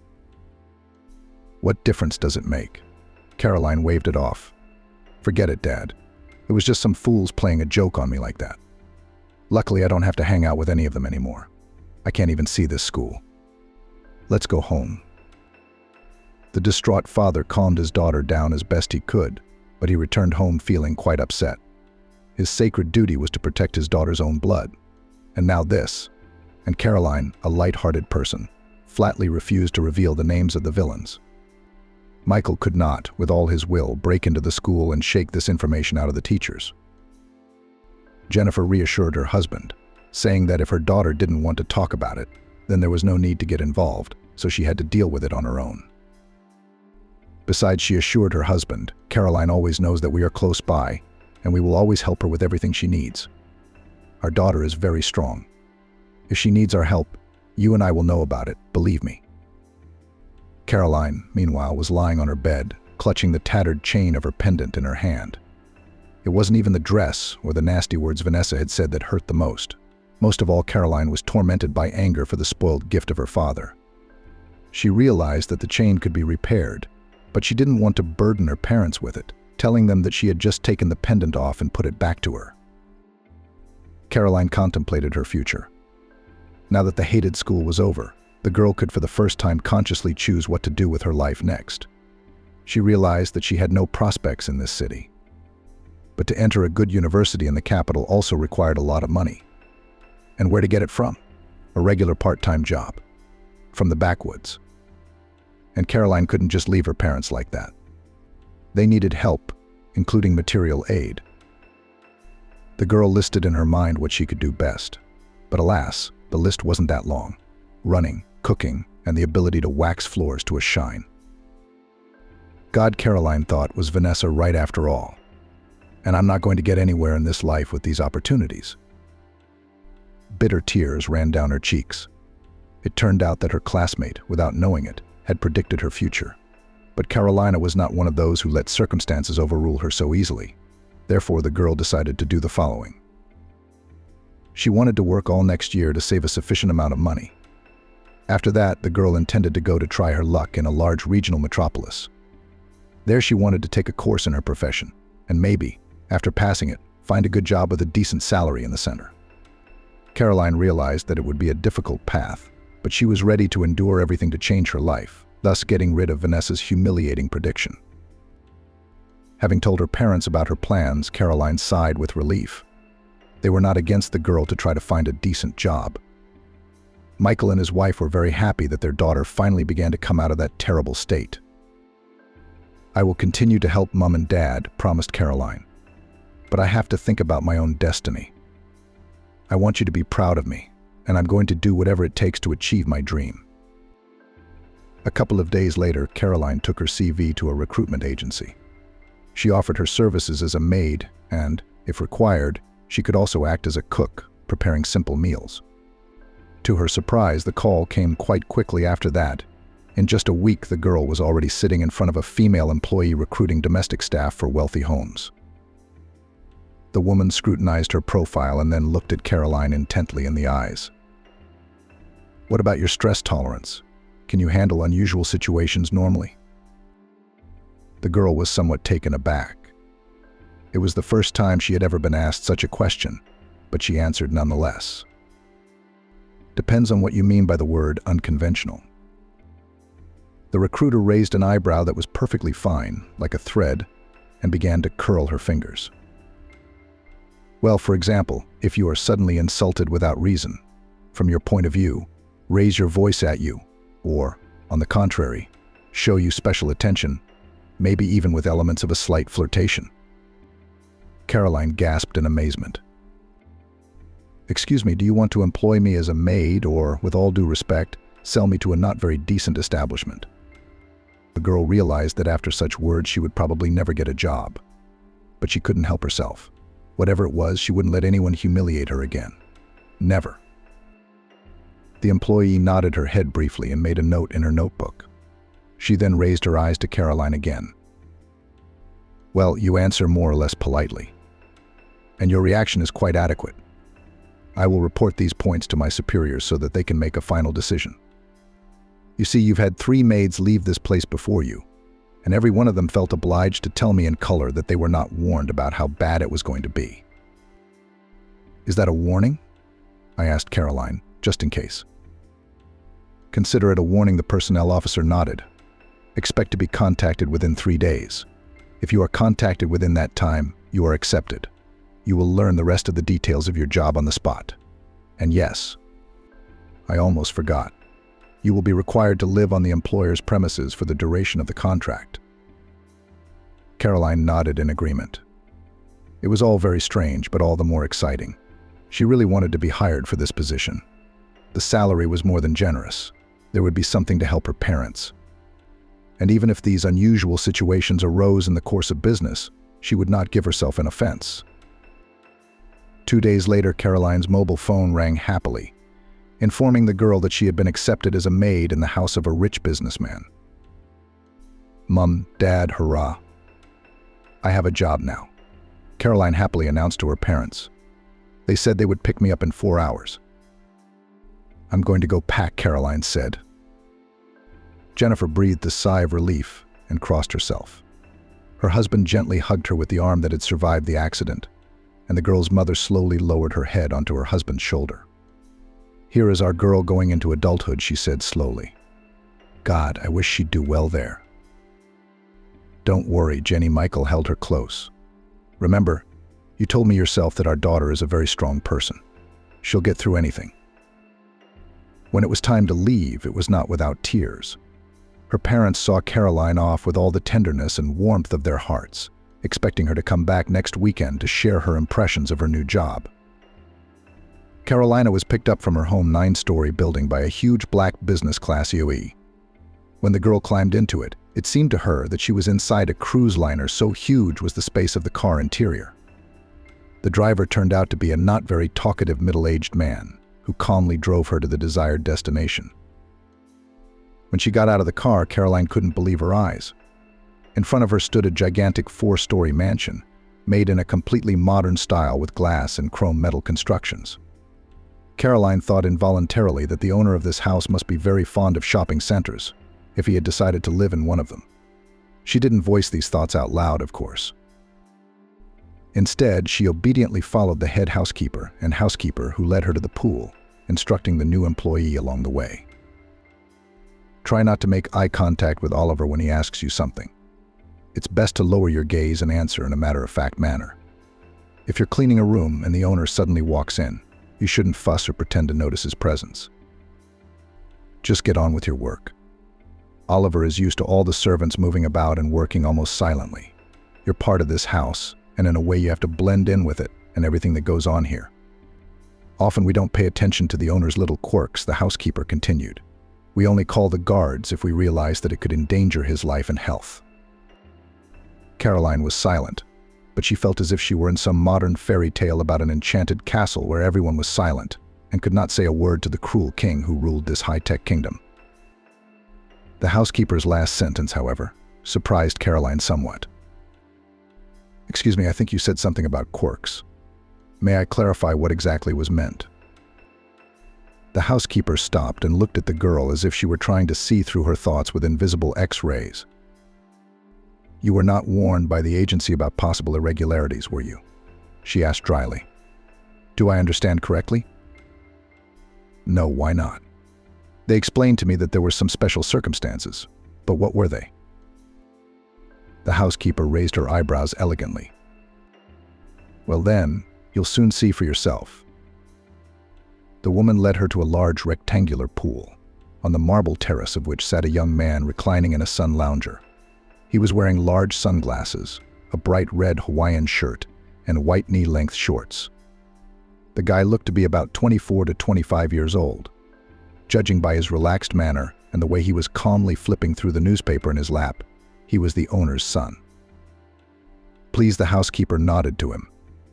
Caroline arrived exactly 10 minutes ago, as the master had requested. After that, the lady silently left, leaving the girl and the young man alone. "Hello," Caroline greeted him politely. "Excuse me, do you know how long we have to wait for Oliver?" The man froze, holding the newspaper half open, and then looked at the girl in surprise from under the shimmering glasses. "I don't understand," was all he could ask.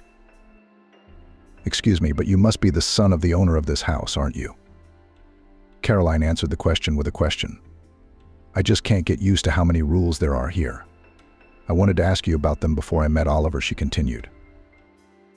The young man continued to stare at the maid in mute amazement. She, not knowing what to do in such a delicate situation, just stood there staring back at him. Finally, the man couldn't stand it any longer and laughed loudly. Caroline felt incredibly stupid, but still managed to squeeze out a weak smile. "Honestly, I've never had one of those before," he said through his laughter and came close to Caroline. The girl blushed instantly, not knowing if she could back away from him at least a couple of steps. The master's son came so close that Caroline could feel the fabric of his fluttering shirt with her hand. "Caroline, that's your name, isn't it?" he asked with a playful smile. "Did Amanda say it right?" "Yes, that's right." Caroline looked up at him again. "Now, Caroline, the owner of the house is not coming here for the simple reason that he is already standing in front of you. I am Oliver. Caroline stood still with her mouth open in astonishment. Without another word, the young man pushed his glasses back over his eyes, and then strode off at a steady pace toward the stairs leading to his private wing. He threw her a final glance without turning round. "I like you, Caroline. You are now definitely accepted. Please tell Amanda and ask her to come and see me when she has a free moment." With these words, he disappeared, leaving Caroline in a half-faint with excitement. Caroline told the housekeeper that the master was waiting for her. She pressed her lips together and showed her into the back room, where she gave her all the necessary clothes and the key to her room. "Remember, we rise at 6, so you won't be seen or heard. And no matter how embarrassed you are, you must continue to do your job. Do you understand?" "Understood," Caroline replied, thoroughly embarrassed. Caroline went to her room to change. Thus began the working day for the girl. She soon realized what Amanda had meant when she spoke of Oliver's quirks. It turned out that he loved to host big costume parties with loud music, beautiful women, and expensive drinks. Besides Caroline herself, there were about 15 other people working in the house, and they all behaved as if they were exactly the same things in the young millionaire's mansion, like some floor vase or a painting hanging on one of the walls. It was, of course, very disconcerting to the girl that all the employees of Oliver's house were acting quietly and inconspicuously. After all, Oliver had clearly made it clear to her that he could socialize with them as ordinary people. Amanda, however, continued to insist on numerous rules of behavior even after her host had summoned her to talk to her. Well, Caroline couldn't cross her either. In the first month of work, she received a substantial advance on her card, part of which she immediately sent to her parents. Oliver remained an inscrutable mystery to her. He could easily walk up and kiss one of the young gardeners he paired with her. They were twin sisters and tended an incredibly beautiful winter garden, but at the same time he never allowed himself any flirtations of a certain kind with her or them. For these purposes, Oliver had far more experienced girls who could safely be called mistresses. One named Molly stood out among them. The long-legged, red-haired beauty spent most of her time with Oliver, and he, in turn, increasingly applied the definition of fiancé to her. The entire staff of the house concluded that soon the young people would be married and their master would have a legitimate wife. However, this eccentric rich man had a completely different side. Very often, especially in the evening, Caroline found the young man immersed in the affairs of his company. He would sit for hours at his desk, and sometimes Caroline was sure he worked all night long. She had never once heard him say a rude word to anyone in the household. And if any of the workers made serious mistakes, Oliver always spoke to them in private, locked away in his office. But his fiancée Molly did not share this peaceful coexistence with the staff. She was always picking on everything, shouting at everyone, and the young maids, including Caroline, tried to bring her to tears. "Why are you talking here during working hours?" she shouted at the girls. "Don't you have anything else to do? Look around: dust, dirt, carpets. You're not sweeping properly. Get back to work, you slackers. Well, when Oliver and I get married, I'll get to work on you. How many of you have Amanda taught you? It's all over the place. What are you looking at me for? Look me in the eye when I'm talking." Molly growled at them like a wild tigress, imagining herself the mistress of the house. The maids held on with all their might, unable to endure her terrifying screams and shrieks. God forbid Oliver should marry that Molly, one of the maids complained to her in the kitchen. "Caroline, then we'd all be ruined." "What can she do to you?" Caroline asked her with a smile. "She's not his wife yet. You're not panicking yet." Millie looked at the girl and said with bitterness in her voice, "You just don't know her, Caroline. This is not a woman. That's jealousy and greed combined. Only in stilettos. She'd run us all to pieces, I'll bet. She's jealous of her master's every plate. The other day she complained to him that we were too pretty to walk round the house and charm him with our slim legs." Beatrice and Caroline laughed together, realizing how absurd the situation was, especially when it came to a man like their master. "I can't lose this job," Beatrice continued sadly. "I have a little son in the village with my mother. I work here and send them money so that Matthew will not need anything." "I understand," Caroline said. "My parents have always lived very modestly in another town, so this place is a real chance for me to make a name for myself." Beatrice looked out the window at the full moon hanging over the horizon and smiled dreamily. "Oliver's very good," she murmured, as if in confidence. "He has his quirks, of course, but he's not as cruel as Amanda says he is. I suspect she's made him look like that to us on purpose, so that we'll work harder and not relax." "He is a little strange," Caroline agreed, and looked away from Beatrice, lest she should read into it the feelings that Caroline felt every time she remembered how close Oliver had been to her. "He is very young, and for the owner of such a huge company. How had he achieved all this?" "He inherited it 3 years ago," Beatrice replied simply. "Since then, he's had these oddities of working non-stop and resting all the time. His father, Marcus, was poisoned at a business dinner. The police were never able to figure out who did it. You could say the culprit is still walking free. And Oliver is very afraid that at any moment he could be next." Really, Caroline was genuinely surprised. "Well, yes," Beatrice nodded. Caroline was struck to the heart. She had never imagined that such a tragedy could have befallen this outwardly light and cheerful person. "I think," Beatrice continued, "that all these parties and phobias, like the fact that he always takes our cook, Kevin, and one of the maids with him when he goes to other cities, are all ways of distancing himself from this personal drama. Oliver, he loved his father so much, he can't seem to get over losing him. And the bastards who sent Marcus to the grave never got what they deserved. I guess it's all hit him too hard," Caroline muttered thoughtfully to herself. "Who would have thought that the rich had more trouble than the common people?" All the next night, Caroline could not sleep for some unknown reason. Everything seemed to be going well, but her mind drifted back and forth to Oliver. "I wish I knew what kind of man he really is. Maybe this bravado is just a mask, someone more vulnerable, someone she could probably help." A couple of weeks later, exactly what Beatrice had told her about happened. Oliver was going on a business trip of great importance to his business, and, as he always did, he took Kevin, his longtime cook, and his maid with him. The latter, to his great amazement, was Caroline herself. "Why are you so surprised?" Oliver asked her with a slight chuckle. "I need someone I can trust 100% to clean my room and control the food I eat during the trip. I don't think it's a big deal." "Yes, but you don't know me at all," Caroline objected. "I haven't been with you that long. What if I can't do it?" The young man's face took on a serious expression, and then he replied in a voice that sent shivers down Caroline's spine. "Well, if you can't do it, then you and I will have to part. Or we can do it right now, if you're not sure you're ready for a business trip. Because that's what a business trip is to you." "No, it's not. Of course I'll go with you," Caroline said with her lips pressed together. How could she be so foolish as to think that this calculating businessman could have a soul? If Beatrice was right about his worries about her father's death, he was either hiding them very well, or her friend was mistaken. Because how could a man who was ready in 2 seconds to fire another man standing in front of him at that very moment be worried? No, Caroline shook her head as she left her boss's office. Oliver could be anything, but he's certainly not a bereaved person in need of comfort.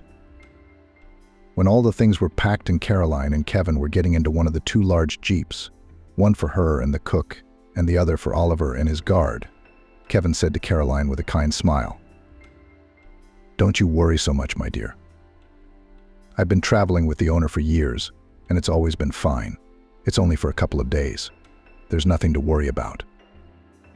Caroline answered the cook with a calm but somewhat detached smile. She herself was pricked by something inside her. A bad feeling plagued the young maid. Suddenly, looking up at the upper windows of the mansion, she thought she saw a familiar silhouette flicker into Oliver's study, for a tiny fraction of an instant. She even thought she saw someone's fiery red hair through the window. But it couldn't be. Molly had gone to some foreign resort the other day, and was not expected to return for another week at the earliest. "It must be your imagination," Caroline said to herself. "You should read less detective stories at night." With these thoughts, the girl got into the car. At first the road was good, and the way through a dense forest seemed to the girl even picturesque. But gradually, the closer they got to the wide stone bridge, the more potholes were encountered on their way. The driver explained to Caroline that the road had not been repaired for a long time, and therefore they had to be especially careful here. "You don't have to explain to me," she nodded, remembering the tragedy that had happened to her own father. The driver wanted to say something else to Caroline, but suddenly he was attracted by something unusual happening ahead with Oliver's car. His business car, which was considered one of the most reliable in the world, suddenly began to swerve on the road. Every now and then his driver was swerving sideways. What the hell is going on up there? Was all the driver of the Jeep with the cook and the maid could manage to say. When the car in front of him went over the bridge railing at full speed and fell into the water with a loud splash. Oliver, was all Caroline could exclaim in despair. But then their car began to do the same kind of pretzels. What happened? Kevin asked, horrified, his huge blue eyes now huge. Are we all going to crash now? Don't talk rubbish, Kevin, shouted the driver, trying to hold on to the steering wheel. I don't understand, I just had a full inspection last week. What the? He didn't have time to finish, because their Jeep also failed to slow down and went full speed into the river after Oliver's car. Caroline couldn't remember exactly how she'd ended up underwater. It was just a protective reflex, and she opened her eyes, being already a few meters into the deep abyss. The cabin was completely submerged. This she realized at once. Sitting next to her with his eyes wide open was Kevin. Blood was oozing from the wound on his temple. And Caroline realized with bitterness that the poor man had obviously been hit when the car fell. He was dead, and so was the driver, who was almost immediately choked by the powerful torrent of water. Being an excellent swimmer, Caroline had good lung capacity, so she managed to get out of the Jeep quickly enough. The girl looked, trying to find the second car in the murky water. Finally, she saw it. Oliver's car was buried up to its bonnet in the mud, sinking to the bottom of the river. After swimming a few more meters, she saw Oliver's hands floating in the water, which she grabbed and began to pull him upwards, away from the submerged car. With great difficulty, Carolina managed not only to pull her boss up, but also to drag him to the shore, and from there to the nearest road. There, Caroline was able to stop the first car she could find and call an ambulance. Until the medics arrived, the girl gave the victim all the necessary resuscitation measures. She felt Oliver's pulse on the shore, and making sure that he was alive, tried to pump out most of the water from his lungs.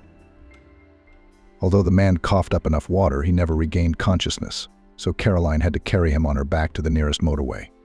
Caroline's own lungs burned like they were on fire. Her legs were shaking. She was sweating and coughing. But she was determined to save Oliver. When the ambulance finally arrived, Caroline described the situation to them, and they realized that there was something wrong and called the police. Caroline and Oliver were taken to the hospital, where they received all the necessary care.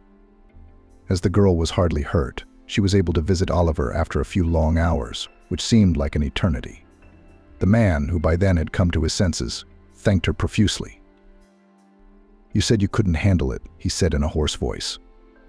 "You not only managed, but thanks to you I'm still alive. And I can imagine what you had to go through while you dragged me through those woods. I'm sorry, Caroline. I'm ashamed of the way I pointed out your place," Oliver said. "Come on, Oliver," Caroline said. "The most important thing is that you're breathing. My teachers at school told me I had a talent for running. I'm finally getting the hang of it. If I hadn't run so much, I wouldn't have been able to get you out." Except what?" Oliver asked her grimly. "Your colleagues Kevin, Nick, Matthew. They're all dead," Caroline said with a heavy heart. Oliver nodded understandingly. "I don't understand what happened at all. The cars were in perfect working order, I'm sure of it." Caroline. Oliver glared at his young savior. "Is something troubling you? Are you ill? Should I call a doctor?" "No," Oliver stopped her. "No, it's not that." The young man reached into his jacket, which was hanging on the chair, and pulled a thick notebook out of the pocket, followed by a pre-prepared pen, straight from the cover. He wrote something on the tiny piece of paper, and tearing it off, handed it to Caroline. "Now you are the only one I can trust." Caroline, not understanding anything, took the slip of paper from his hands. There were some numbers written on it, and the girl counted as many as 10 of them. "But what are these?" she asked. "It's a code. Don't worry, it's not for the safe," Oliver joked. "It's just from my work laptop. The computer is in my office, and I have an unusual favor to ask of you. Please, it will help me understand and solve a lot of things." Caroline nodded, and after listening to her superior's request, she drove back home. Meanwhile, an investigator came to Oliver's room. The policeman interviewed the victim and assured him that they would do everything possible to find the intruders as soon as possible. Intruders, Oliver couldn't believe his ears, so it wasn't an accident. I'm afraid not, the policeman shook his head. We have brought the cars to the surface, and judging by the preliminary examination, I have no consolation for you. Someone deliberately cut your brake hose, knowing that you would be traveling in very difficult road conditions, the policeman said. Oliver slowly leaned back on the pillow. Well, they got to me, too, he breathed out heavily. Your father's competitors, the policeman said. I'm sorry, but I've heard about this case. As far as I understand it, they never found who was responsible for Marcus's death. Oliver nodded briefly. I think it's the same people, he said weakly, feeling the familiar fear that the young man had been so successful at drowning out with alcohol all these years. Meanwhile, Caroline arrived at Oliver's mansion and went up to his office as inconspicuously as possible. She realized that all the cameras in the house had probably caught her, but she hoped that in case the security service was displeased with her, the owner of the mansion would somehow protect her in front of them. The girl booted up the ultra-modern flat-screen computer, then entered all 10 digits written for her by Oliver into the password field. Within a second, a blue wheel was spinning on the screen, and then access to the landlord's desktop opened up. A folder labeled Cameras clicked open. Caroline selected the appropriate date and the Garage tab, then waited for the video she wanted to see to load. Literally seconds later, Caroline saw the garage room. And then, the girl did not believe her eyes at first.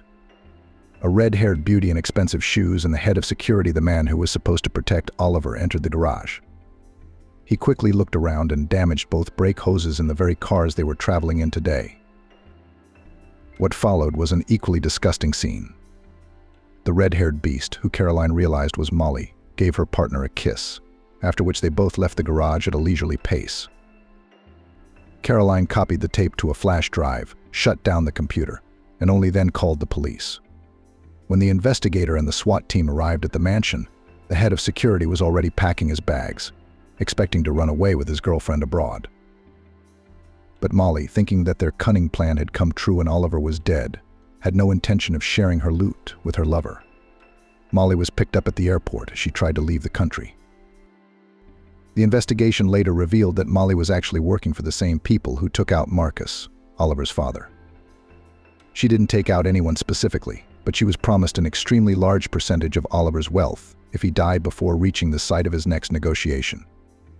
So here Molly had charmed the man closest to him and put the idea in his head that she and he could be perfectly happy if they eliminated their wealthy master. Now Molly and Oliver's head of security are facing a hefty prison sentence. In addition, Oliver's ex-fiancée has shamelessly ratted out her own masters to the investigation. After all, the deal with the police guaranteed her a reduced sentence, while her lover from security will receive the maximum. Thanks to Molly's confession, the ringleaders of the rival company that had ordered Oliver's father were quickly identified. As it turned out, they were longtime enemies of their family, the family of the oldest of the brothers, who'd always wanted to take over their grand business. Oliver, coming out of the hospital, realized a lot and completely rethought his life and attitude to people. The young man, first of all, forever stopped with parties. In addition, Oliver permanently canceled all the stupid rules and fired Amanda, who frightened everyone. After that, he hired a completely different, kind-hearted woman who could not only manage his household perfectly, but also interacted with all his employees and co-workers as if they were family. Caroline continued her work in the house, but now they were very close friends. Their shared story of saving Oliver's life brought them together, and that was just the beginning. 15 years later, there was nowhere to park in front of the school where Caroline had once attended. The car park was packed to the gills. So many people had dreamed of seeing each other. And they'd all been classmates once. Vanessa, now an elderly woman, and once slim, stood in the middle of the hall with her husband at her side. The seated middle-aged man clearly didn't understand why he had been brought here, but he couldn't resist the will of his wealthy wife. Vanessa began to look even more full and plump than before. But whereas before her fullness had been almost imperceptible and had given her some of the glamour of her lush forms, Now everything pointed only to deterioration and health problems, which Vanessa either denied or did not think it necessary to address. The woman could barely squeeze into a thin, sparkling dress, expecting, as it seems, an unforgettable wow effect from her old school friends. However, those who admired Vanessa, and those who just pretended to admire her so as not to be pestered, could not appreciate the outfit, for the many folds made Vanessa look suspiciously like a sausage. Then a huge black car, gleaming clean, drove up to the school building. All those who were in the auditorium and were actively devouring the delicious food rushed to the window. They were curious as to who was in it. When the doors of the luxurious leather salon opened, a graceful, slender, taut leg appeared. It was wearing graphite gray boots made of the finest suede. Following this, a beautiful young woman stepped out of the car. Thin as a bamboo stalk, but not too thin either. Her body seemed to radiate health and youth, and the modest smile on her beautiful face involuntarily attracted all eyes. Like a magnet. "What's going on? What are you all staring at?" Vanessa said impatiently, pushing through the crowd to the window. The woman gasped loudly, and then her face twisted with envy and anger. A few minutes later, Caroline entered the hall, beautiful and blooming like a beautiful flower. Her classmates stared dumbfounded at her gorgeous suit, a tee of English fabric, her flawless hair and discreet but quality makeup. No one could have imagined that Caroline, whom they had all mocked so meanly in their youth, would not only not lose her natural beauty and charm, but on the contrary, become the most successful woman of them all. "Hello, Caroline, how are you?" Vanessa stepped forward. "I see you're doing pretty well for yourself. How much do you pay your beautician? Or are you still doing it the old-fashioned way with a cucumber?" Vanessa laughed, pleased with her joke. However, apart from her, no one else made a sound. "Hello, Vanessa." Caroline greeted her calmly. "I just came in for a few minutes. I wanted to see you all. Take another look at my past. One last time to make sure I hadn't lost anything." Caroline took a few more steps toward Vanessa and pointed to her neck. There, as before, hung her father's gift, a pendant in the shape of a star, which the girl had bought with her first salary. "You know, Vanessa, you haven't changed a bit," the woman told her, enjoying the way her former classmate was literally bursting with envy. "You're still just as stupid, and your jokes are stupid too." Caroline looked at Vanessa from head to toe, and with one last glance at the crowd of her former classmates who had fallen from anger, boredom, and time, she slowly made her way back to the exit, saying one last time, "You see, life always knows who has done how much good and evil. Someone chooses to follow his star or gets a chance to become one of its rays. And someone remains an empty, shiny bubble for the rest of his life, from which the whole shell, alas, crumbles with time.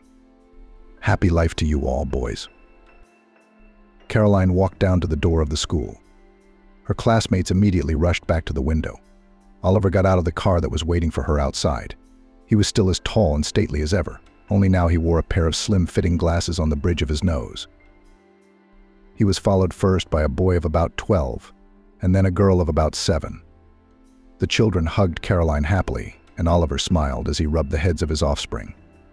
Caroline turned round, and Oliver gave her a long kiss, full of tenderness and love.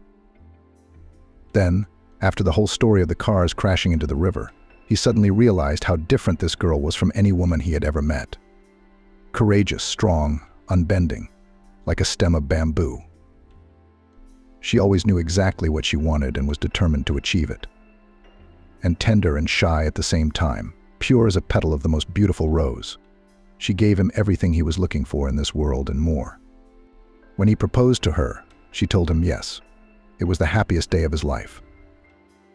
When 6 months after the wedding Caroline told him that they were expecting a child, Oliver finally felt that he was no longer alone in the world.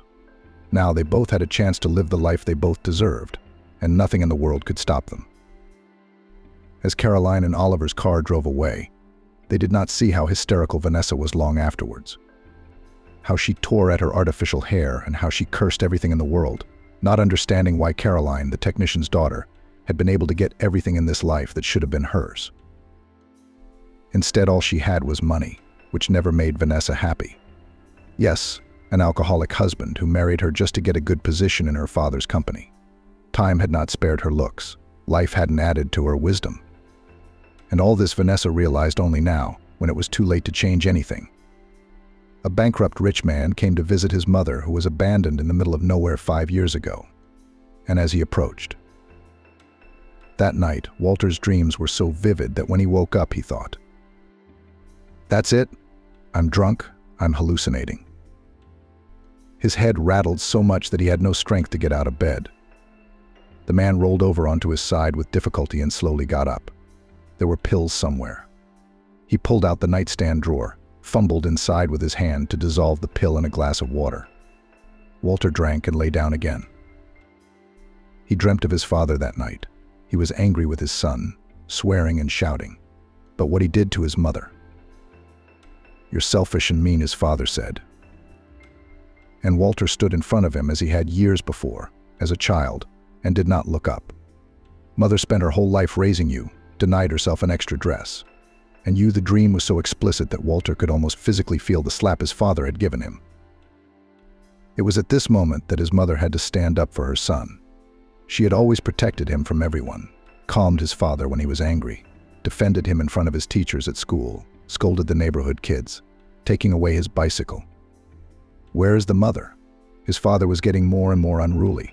He was about to take off his belt and give Walter a beating. But Mum wasn't in the dream. She never came to save her son. And that realization made me feel cold inside. Fear gripped his whole body and cold sweat broke out on his forehead. Walter woke up covered in sweat. The man hadn't seen his mother in 5 years. Maybe she's dead, he thought, and that thought made his head crack even harder. Walter slowly looked around the room. Slowly he began to remember everything that had happened the day before. The bailiffs had shown up at the office yesterday with a notice that Walter no longer owned the firm, his accounts were seized, and he had to leave the flat within 10 days. "What the fuck are you guys doing?" Walter raged. "It's get the hell out of here or I'll call security." The man reached for the phone to dial the number of the head of security, but the uniformed man held out an ordinance to him. "What's this? What are you pulling at me?" "Your paperwork's failing." Walter was confused as he read what was printed on the white sheet of paper. The paper stated that the new owner of the firm was Monica Kravchenko. "Wait," the man said in a more peaceful tone. "Can I call the owner of this Monica who is in the paper here? I'll try to find out everything. I know her." "Please," the man in uniform said indifferently. "Just do your best. We won't be here long." Walter frantically dialed Monica's number, not understanding what had happened or why she owned his firm. This is some kind of misunderstanding, he thought. For a moment the man thought he was being pranked, like on a famous TV show. Now the door will open and a film crew will come in. Everyone will shout it's a prank. A polite voice is heard in the receiver. "The subscriber is temporarily unavailable." "Shit," Walter cursed. "You can only take your personal belongings. Everything else must stay in the office." And seeing that his attempts to reach the new owner had failed, the bailiff pointed to the door. "Please." Still uncomprehending, the man headed for the door. On his way out, he mumbled, "I'll call the lawyers, I'll sort it all out.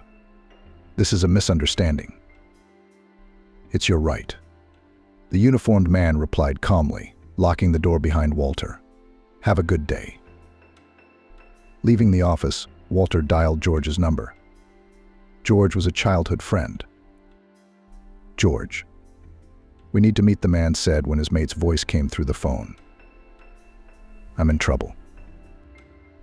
"No problem," Brother George replied. "Where and when?" "Let's meet at our bar on the seafront. Get there as soon as you can. All right?" "I will." When George walked through the door, Walter had almost emptied the bottle of whiskey. "Will you have a drink?" he asked his friend, and without waiting for an answer, poured the rest into the glass. "Goov, one more, and get something to eat." "You've got a lot on your plate." Bro George looked at his friend critically. "What's the occasion?" "You won't believe this. I got kicked out of my own office today. And they said my accounts are blocked, and I have to get out of my flat within 10 days. "So you see, they kicked you out of your own firm and won't let you back into your flat," George replied calmly. He sipped from his glass and took a bite of lemon slices. "Everything seemed fine with you, no problems." "I don't understand it either," Walter said in a stammering voice. "But the main thing, mate, you don't know the most important thing. They showed me a paper that says I'm no longer the owner of the company, but the new owner. Who do you think?" George looked with interest at his friend, who was already pouring from the bottle brought by the waiter. The man drank the whiskey, emptied the glass completely, trying to concentrate his gaze, looked into his mate's eyes. "The new owner of the firm is Monica Kravchenko." He said these words sarcastically, slowly, deliberately stretching each syllable so that George would understand faster. "You're Monica?" George seemed surprised. "How so? Did you sign the firm over to her? Are you stupid or what? It's enough that you provide for her with her boutique spas, foreign resorts. I wouldn't have thought of that. Then how did she come to own your firm and your flat?" George had a drink, too. I know. Walter slammed his fist on the table, drawing the attention of the other bar patrons. The guard at the door tensed up, stretching, ready to throw the rowdy customer out the door. "Let's ask her." He took out his smartphone and dialed Monica's number, which was marked as favored in his contacts. But the caller was still unavailable. "No answer, bitch." The man swore. "How about the spa?" George suggested. "That's where the girls usually switch their phones off." Damn it, Walter poured the glasses again. In the morning, he could hardly remember everything that happened afterwards, seeing that he'd had too much to drink. To avoid unnecessary trouble, the guard asked the friends to leave. Walter was indignant, trying to fight with the security guard. George persisted in dragging him into the air. He was assisted in this by the guard. George shoved Walter into the taxi and got in the front seat himself. Walter didn't remember anything else. Walter woke up in his bed with the realization that it was no longer his own. He slapped his bare feet on the floor. The man stalked into the kitchen, hoping there was something to drink in the fridge. "George, that's the kind of friend you are. You could have supplied me with something for my hangover," Walter thought, unable to find anything that would help his health. Sighing heavily, he headed for the shower to get some relief and get back to normal. The jets of water were refreshing. For a moment, Walter's memory told him that the bailiff's paperwork had not mentioned his car. "I'm going to go see Monica. Let her tell me how she so cleverly took over my firm," the man thought, drying himself with a fluffy towel. He hastily drank a cup of coffee, pulled on jeans and a t-shirt, and left the flat. There was no car in the yard. Walter remembered that he had left it outside the office. When he took a taxi to the office center, he was happy to see that his Jeep was parked in the car park. From the car, the man decided to call the office. "Yes," Walter, the friendly voice of Mandy's secretary, answered the phone. "Is anyone in my office?" "No, I'm in the waiting room. No one's come in," she answered. "And when will you be here?" Without answering the girl's question, he asked another. "Has Monica been in?" "No," I said. "No one's here." "All right, work. Anyway, listen, close everything up and go home. Get some rest. I'll call you later when there's news." The man turned the key in the ignition and drove out of the car park. He was determined. "Now this bitch will explain everything. She'll tell me everything. I trusted her like I trusted myself. How did she manage to pull this on me?" The Jeep flew down the avenue, overtaking cars, trolleybuses, buses. Walter imagined Monica telling him, "Honey, it was just a joke and everything would fall back into place." Entering the entrance of the house where his mistress lived, Walter pressed the button for the lift. But the lift was still not coming. He stood for a while and decided to climb the stairs to the 8th floor. The bell to the girl's flat rang with a cheerful trill. No one answered. Walter pressed the button again. Finally, the door opened. Monica stood on the threshold.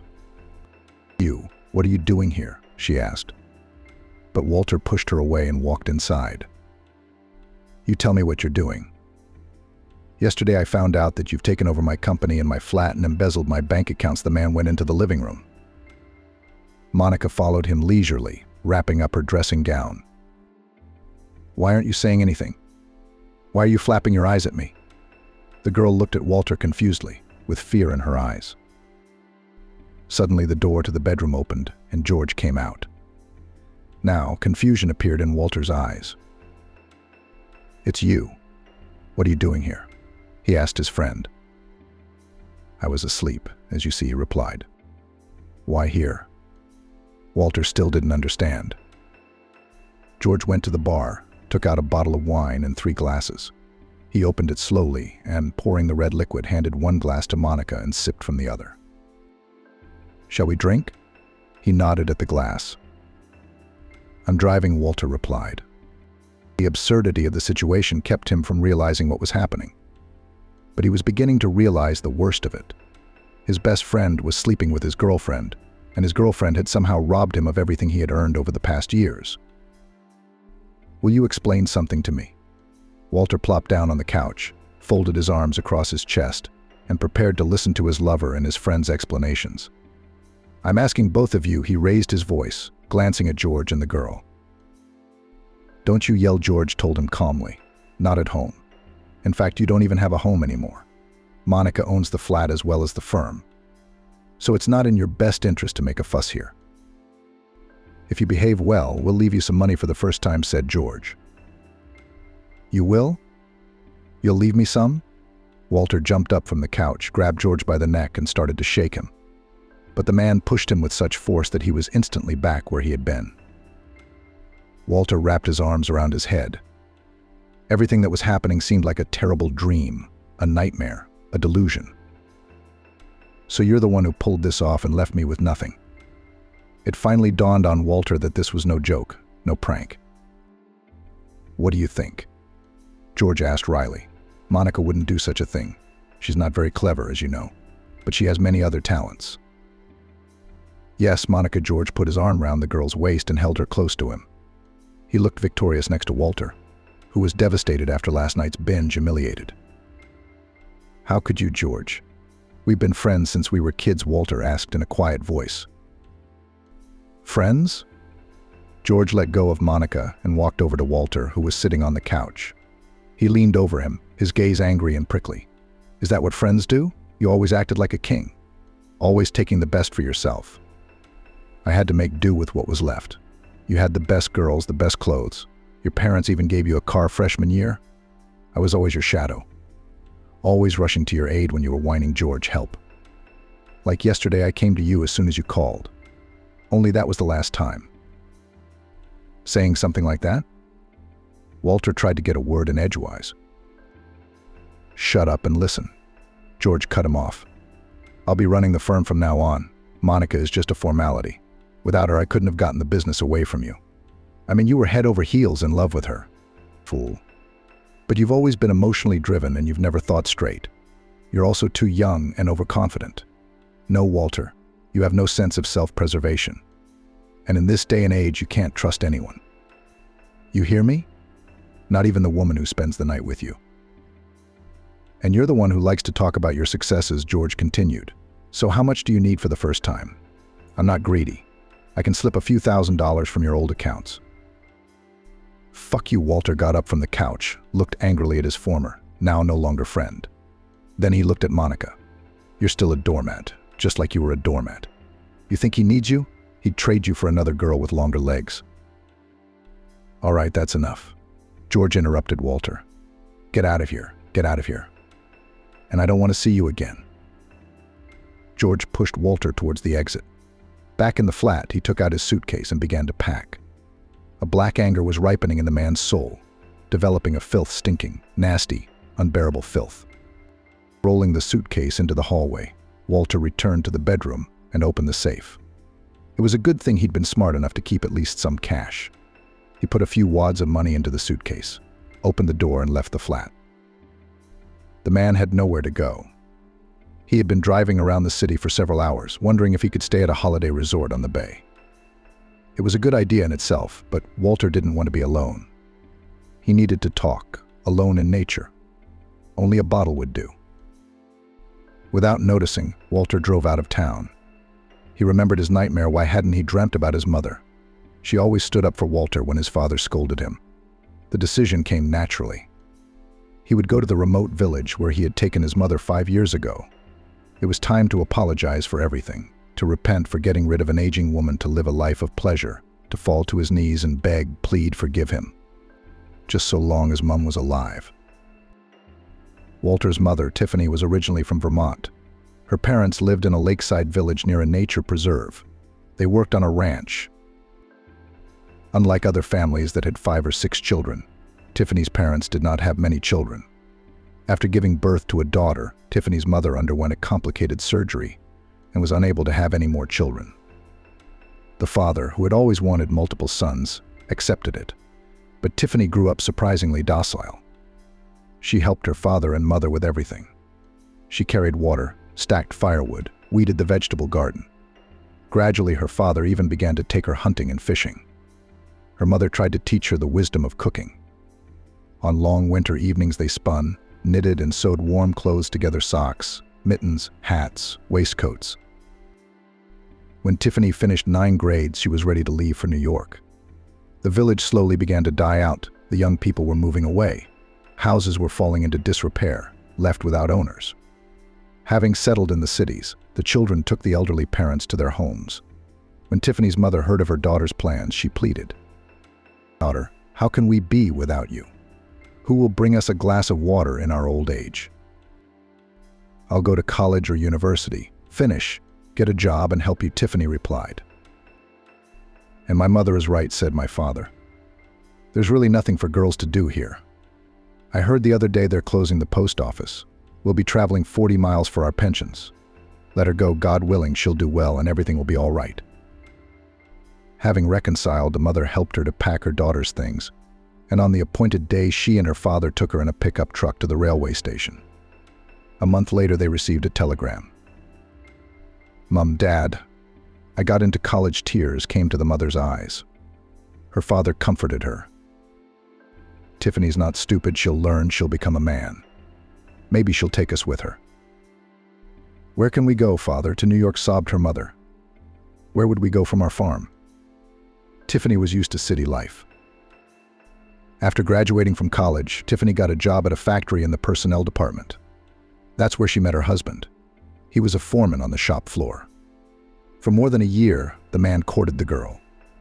He was 10 years older. So Tiffany was very shy of this grown man. But he was persistent, and after a year and a half, Tiffany and Stephen got married, planning a modest wedding. And after 3 more years, the works department gave the young family a flat. That's when they began to think about having children. But the years flew by, and Tiffany didn't get pregnant. Doctors said that she was completely healthy and did not understand the reason for the couple's childlessness. 10 years had passed since Tiffany had left her home village, moved away from her parents, and she was constantly writing letters to them. Dad and Mom answered them. But she couldn't go and visit her family. New York, with its frantic pace of life, wouldn't let her go. And yet Tiffany returned to the village. Only the occasion was not a happy one. One day she received a telegram from her father that her mother had died. Taking time off work, she and her husband bought train tickets and traveled to the funeral the same day. As they walked through the village streets to their home, Tiffany was struck by how different everything was. The windows of the ramshackle houses were boarded up. There were no flowering plants in the front gardens, and the cows and chickens could not be heard mooing in the yards. The village was dying. A few neighbors, mostly old men and women, stood at the gate of her father's house, black shawls tied around their heads. Tiffany walked into the house. On a stool stood the coffin in which her mother lay. The young woman cried as she crouched down beside it. She stroked her mother's head, her hands, gazing into her dead, peaceful expression. It was as if Mum was sound asleep. Only from that sleep there would never again be an awakening. After the wake, when the neighbors had dispersed, Tiffany and Stephen remained seated at the table with their father. "That's it, daughter. Our Mum's gone," the man said softly. "She was ill. That's understandable. It's just a pity she didn't get to see her grandchildren." "Daddy, we can't have boys," Tiffany complained. She noticed her husband's reproachful look and lowered her eyes. "Do the doctors say they're just throwing up their hands?" Dad asked. "They say we're both healthy," she shrugged her shoulders. "Apparently our time has not yet come to become parents." "It's not the time," sighed the father. "Sins do not give." "What are our sins, Daddy?" Tiffany got excited. "Maybe you do, maybe you don't. Sin is a multi-generational thing. You don't hear its reverberations right away, but you should repent for the sins of your ancestors. Well, it's time to go to bed. I'll go close up the cattle, and you make yourselves comfortable. We'll talk in the morning. And in the morning the father woke up the sleeping couple and took his daughter and son-in-law to the forest. They walked for a long time along a narrow path until they came to a waterfall, a turbulent stream of water jets falling down from a high rock, creating an iridescent fountain of splashes in the sunlight. The spray played with different colors, flying in a fine trot in all directions. In the bowl at the foot of the waterfall, the water calmed down, allowing me to see the reflection of my face, slightly distorted by the movement of the water. "Take off your clothes," Father ordered. "Dip yourself in the water 3 times and cross yourself." "Am I not baptized?" Stephen tried to object, to whom the whole ritual seemed like nonsense. "Just say, 'Forgive me, Lord,'" the man said firmly, stroking his gray beard. "He might hear you. We're not Christians." Tiffany and Stephen went down to the waterfall bowl and did as their father had instructed. They walked home in silence, each thinking about something different. At dinner, Father said, "The old people used to say, if someone dies in a family and a child appears in the same year, it means that God has forgiven the sins of the deceased. God is merciful. He will forgive our mum and give you children." Stephen looked at his father-in-law in surprise. Tiffany only spoke, "God willing, Daddy, God willing." A month later, the woman found out she was pregnant. And in May, she and her husband had a beautiful baby boy, Walter. The couple was happy they couldn't get enough of the baby. The joy of the birth of a son overshadowed the death of Tiffany's father. The news that came from the neighbors, already after the funeral of the man, for 10 years of childless life they managed to save money. Therefore, immediately after the birth of their son, Tiffany and Stephen bought a cooperative 2-room flat in a new building, in which a separate room was allocated for Walter. Stephen quickly sobered up from the euphoria of becoming a father. He tried to teach his son to work hard, be responsible, and stand up for himself. But Tiffany continued to nurse him like a hen. "You're too hard on your son," Stephen, she told her husband, who made her 3-year-old son take out the bin. "He is still very young. It's nothing, he can lift a cup, but will he carry the bucket away?" On weekends, his father dragged his son to the park for a jog, made him do push-ups and pull-ups on the bar. And when he was 5 years old, he gave him to a boxing class. However, after the first bruise received by his son at the training, his mother flatly refused to take the child to boxing. "Do you want to make your only son an invalid?" She objected to her husband's arguments that the boy should grow up to be a man. Stephen was madly in love with his wife. It was difficult for him to argue with her. The man tried to avoid the slightest cause for quarrel, so in most cases Tiffany was able to win the right to bring up her son as she wanted. Walter was never denied anything. The best toys, a bicycle, beautiful things bought in brand-name shops, all this was taken for granted. Walter was not a stupid boy, though. At school, he studied for a solid 4. Teachers praised the bright pupil, but his discipline was lousy. With his friend George, who lived in the next door, they were always inventing new pranks. One day they bought a rat from a pet shop and put it in the teacher's desk drawer. When she opened it to take out her notebook, she nearly fainted. The mother was summoned to the principal's office. Blushing, she apologized for her son and promised that she would have a very serious talk with him at home. The next day, Walter and George broke a window in the teacher's lounge by throwing a basketball at it. Tiffany had to tell her husband. The principal strictly ordered that new glass be put into the window frame immediately, but the woman herself could not do it. As punishment, Walter was banned from the yard for a week. During spring break, he sat at home, looking out the window as the boys played in the yard. Still, Tiffany's son's childhood was no worse than other children's. In the 9th grade, Walter was given a moped for his birthday. At the end of the first year of the institute, his father bought him a new car. Parents loved their son with all their hearts, and no matter how hard they tried to bring him up in strictness, paid for his growing needs. After graduating from the economics department of the institute, the boy got a job in a large trading firm. "I'm not going to work for my uncle all my life," he told his parents. "Here I will gain experience, learn how everything is actually arranged there. I'll open my own firm." Father by that time had already retired, but continued to work, having traveled a long professional path from a simple worker to the master of the shop, and then the head of production. He thought that trade was not a serious business. The man repeatedly persuaded his son to go to work at the plant in the planning and economic department, but he only waved him away. "Here is your factory, the last century," said Walter. "The future is in business." Dad just shook his head. He thought that business was all about bandits, while an honest man should work for the good of his country. He himself lived like that until the last day, every morning passing through the factory gate. Walter's father passed away without giving anyone long suffering and agony. One day he fell asleep and never woke up. He died quietly, in his sleep. Walter turned 30 years old that year. After his father's funeral, Walter felt he was in charge of the family and felt it was his time to make decisions. He left the firm, sitting in his room in front of his computer 24 hours a day. Then one day he said to his mother, "I know you and your father had savings. I've decided to start my own firm and I want to ask you for money." "How much do you need?" Tiffany asked. "The more the better.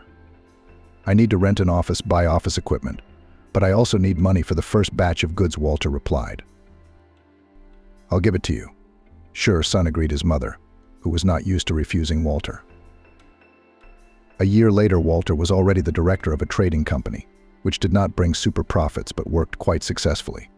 The staff was a few dozen employees, which son Tiffany paid salaries on time, and especially enterprising even encouraged bonuses and trips to seaside resorts. And he was in no hurry to return the money his mother had given him to start the business. Tiffany didn't ask him to. She was happy that her son was doing what he loved and that he was good at it. As time went on, and one day Walter came home and told his mother, "I'm bringing a girl over tonight, so make us something for dinner." Tiffany smiled. She had been waiting for her son to marry for a long time, but there was no one in their house except his friend George, with whom they had been inseparable since childhood, and suddenly Walter would bring a girl. Maybe they'll even announce that they're getting married. Tiffany would be sure to bless the young couple so that all would be well in their lives. She really wanted to babysit her grandchildren. Her son is in his 30s, and he's not even thinking about kids. Walter met Monica at a club. A spectacular girl in a short, tight dress immediately attracted the attention of the guy. Bright, with a defiant look. She was the kind of girl they say pretty devil. She sat behind the bar and slowly sipped her cocktail.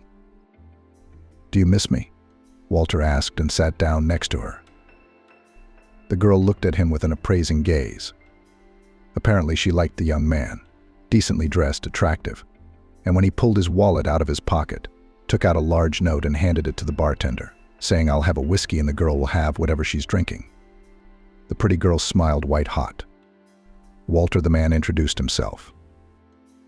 "Monica," the girl said, stretching her name slightly. "I mean here alone." "What are you interested in?" The girl was obviously flirting with her new acquaintance. "Very serious," Walter said, and put his palm on Monica's waist. "Be careful," she warned him. "I might hurt you."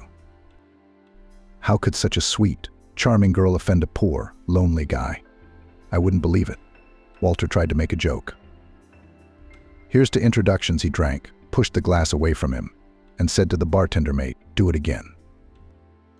Monica, sipping her cocktail leisurely, looked at the man. "Are you alone?" the girl asked. "Not exactly. My friend and I agreed to meet here, to have a little fun, and all that work and work," answered Walter, calculating the next portion of whiskey. "So I'm the third extra?" Monica made a jokingly sad expression on her face. "Where does poor Walter work that he's so tired?" "Poor Walter works at his own firm." "Wait, what's poor Walter?" "He's not poor. He's a very rich man." He started to flounder a bit. "There's my friend George." George came to the counter. Walter introduced George to his new girlfriend, and the group moved into the lounge and took a table. Walter found himself liking Monica more and more, and this liking grew in proportion to the drink. The club was already closing when the group poured out into the street. Monica put her arms around Walter's neck and whispered, "Would you like to continue the evening?" "I'd love to," Walter mumbled. "Then let's go back to my place." "Do you have a drink?" she asked, pulling him close to her by his slim waist. "Do you have any?" Walter spent the night at Monica's, and in the morning, barely able to get his head off the pillow, decided to call George. He had to get home somehow, and George hadn't had much to drink last night. Might as well pick him up brotherly.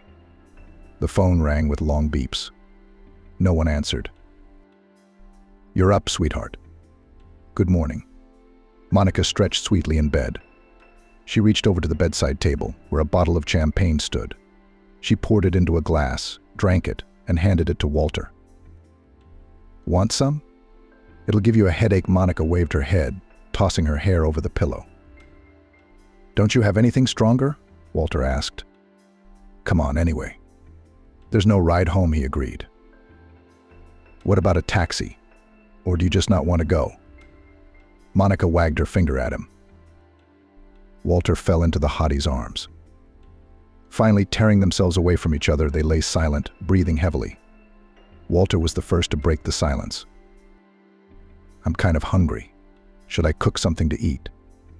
No cooking. "I hate the cooker and everything that goes with it," she said flatly. "Why don't we go out and have lunch?" "Where?" "A restaurant, for example." "Let's do that." Walter decided that this wonderful night must have a beautiful ending. "I'll just make one phone call," he said. "Okay. I'm going to take a shower." Wrapped in a sheet, Monica stalked down the corridor. Tiffany was in a hurry to get home from work. She had to run to the shop to buy cheese and sausage. Today her son would bring his girlfriend to meet her. That thought made her happy. Surely this girl from his work. She's probably smart, kind, and very pretty. There's no other way around it. Her boy won't go out with just anyone. After changing her clothes, the housewife put on an apron and began to prepare dinner. She sent the chicken, carefully marinated since the morning, into the oven and began to prepare the appetizers. In the living room, she spread a beautiful tablecloth on the table and arranged the dishes and utensils. Tiffany was almost ready when the doorbell rang. She hurried into the hallway. "Mum, we're here." Walter greeted her mother cheerfully, kissing her on the cheek. "This is Monica." "Pleased to meet you," the woman replied, looking at the girl with a smile.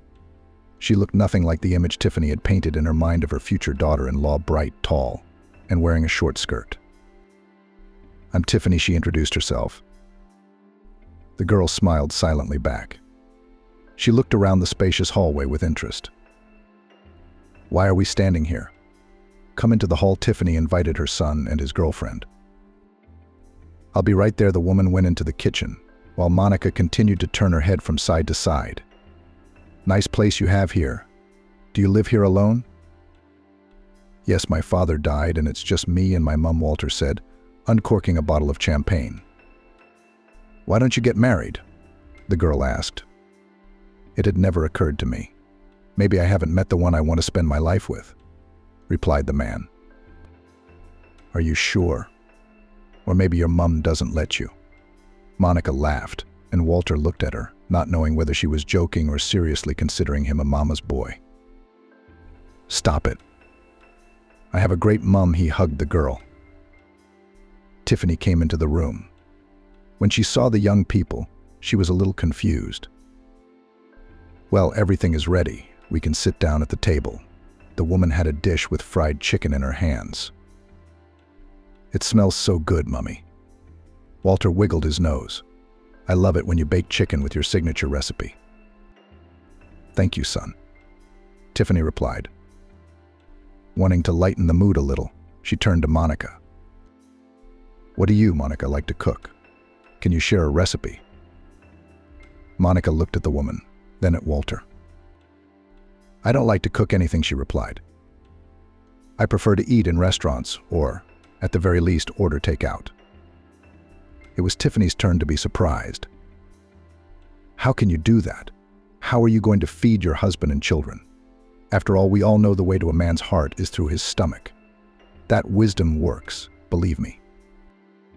"So you married Walter's dad because of your chicken frying skills?"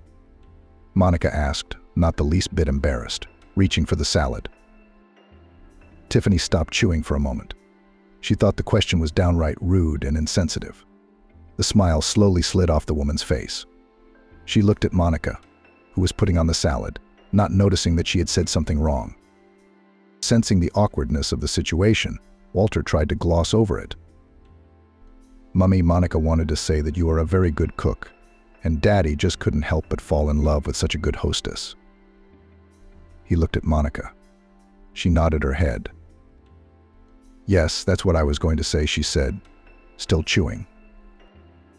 The dinner conversation did not go well. After tea and cake, Walter and Monica left. "I'll see Monica off and come back," he kissed his mother on the cheek. She continued to clear the dishes from the table. She did not say goodbye to her guest, showing her displeasure with her son's choice. When the son returned home, Tiffany was about to go to bed. She took a sedative.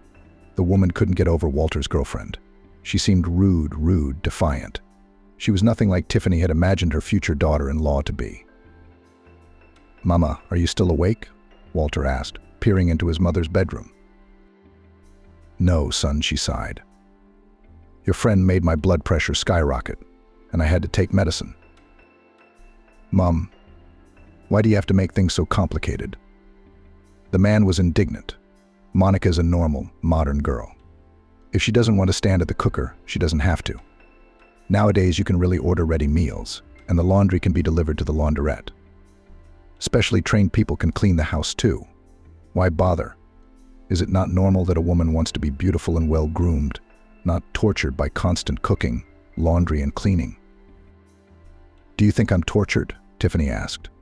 "Yes, all the years I took care of your father. He always had clean, ironed shirts, and he was always well-fed, and the delicious dumplings we used to make together. Don't you remember? And this one of yours probably has no idea how normal people make dumplings, pies, or where clean linen comes from in the cupboard." "Mom, this is my choice in my life."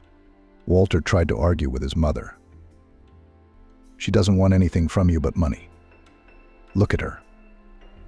She's dressed like Tiffany almost swore, though she wasn't in the habit of doing that. I'm sorry, God. If your father had seen that tarnished, tastelessly dressed and ill-mannered girl. Here we go. I'm going to bed. I have to get up early tomorrow," said Walter. He walked out of his mother's bedroom, closing the door behind him. Tiffany sat at the dressing table for a while longer, looking at her face in the mirror. Since her husband's death, she had visibly deteriorated. Her face showed signs of fatigue. Maybe I should retire, she thought. It wasn't the first time Tiffany had thought it was time to stop working. Her health was failing more and more. Her eyesight was getting worse. Then there were the computers that now had to be mastered. Tiffany was having a hard time. The younger generation, on the other hand, was getting up to speed and not afraid to work with any software. "It's decided I'll talk to the boss tomorrow. If there is a candidate to take my place, I'll make way for the young people and go on a well-deserved holiday," she decided. Walter's mood was high. His trading company was 1 year old. As director and owner, he could see the results. Profits were growing. There were more and more partners, and the accounts were finally beginning to show a substantial amount of money. On this occasion, the man decided to thank his employees and organize a party. The staff took the news with enthusiasm. It was decided to free the meeting room, decorate it, and order catering with snacks, drinks, and dishes from the restaurant. On the appointed day, everyone gathered to celebrate the firm's anniversary. George and Monica were also invited. "Dear friends, colleagues," Walter addressed the audience. "I am happy that we are celebrating the first birthday of our company. I would like to thank you for believing in the success of our business from day one and doing everything to make it grow, bring us success and profit. Thank you." The people applauded loudly. "I had no idea that your employees loved and respected you so much," Monica said, hugging Walter around the neck. All evening she had been showing that she was directly related to the director, that she was not just his girlfriend, but his favorite girl. Monica had far-reaching plans for Walter. Except his mother Tiffany might be a problem. The other day, Walter gave Monica a luxurious fur coat. However, the gift was not bought on the man's initiative. They were driving through town, and Monica saw a fur store. She asked to come in because she really likes beautiful fur coats and mantos. The man was unable to object. The The girl drove him crazy, and he could not give up his love adventures with Monica. Laving between the racks of coats and manteaus, the girl tried on one or the other. At last she came out to Walter, who was drinking coffee on a sofa, spinning round and round. The blue mink coat was very much to the face of the tall and slender Monica, but the price tag that dangled from the sleeve confused Walter. Honey Monica pouted with greasy scarlet lipstick. "Don't I deserve such a gift from you?"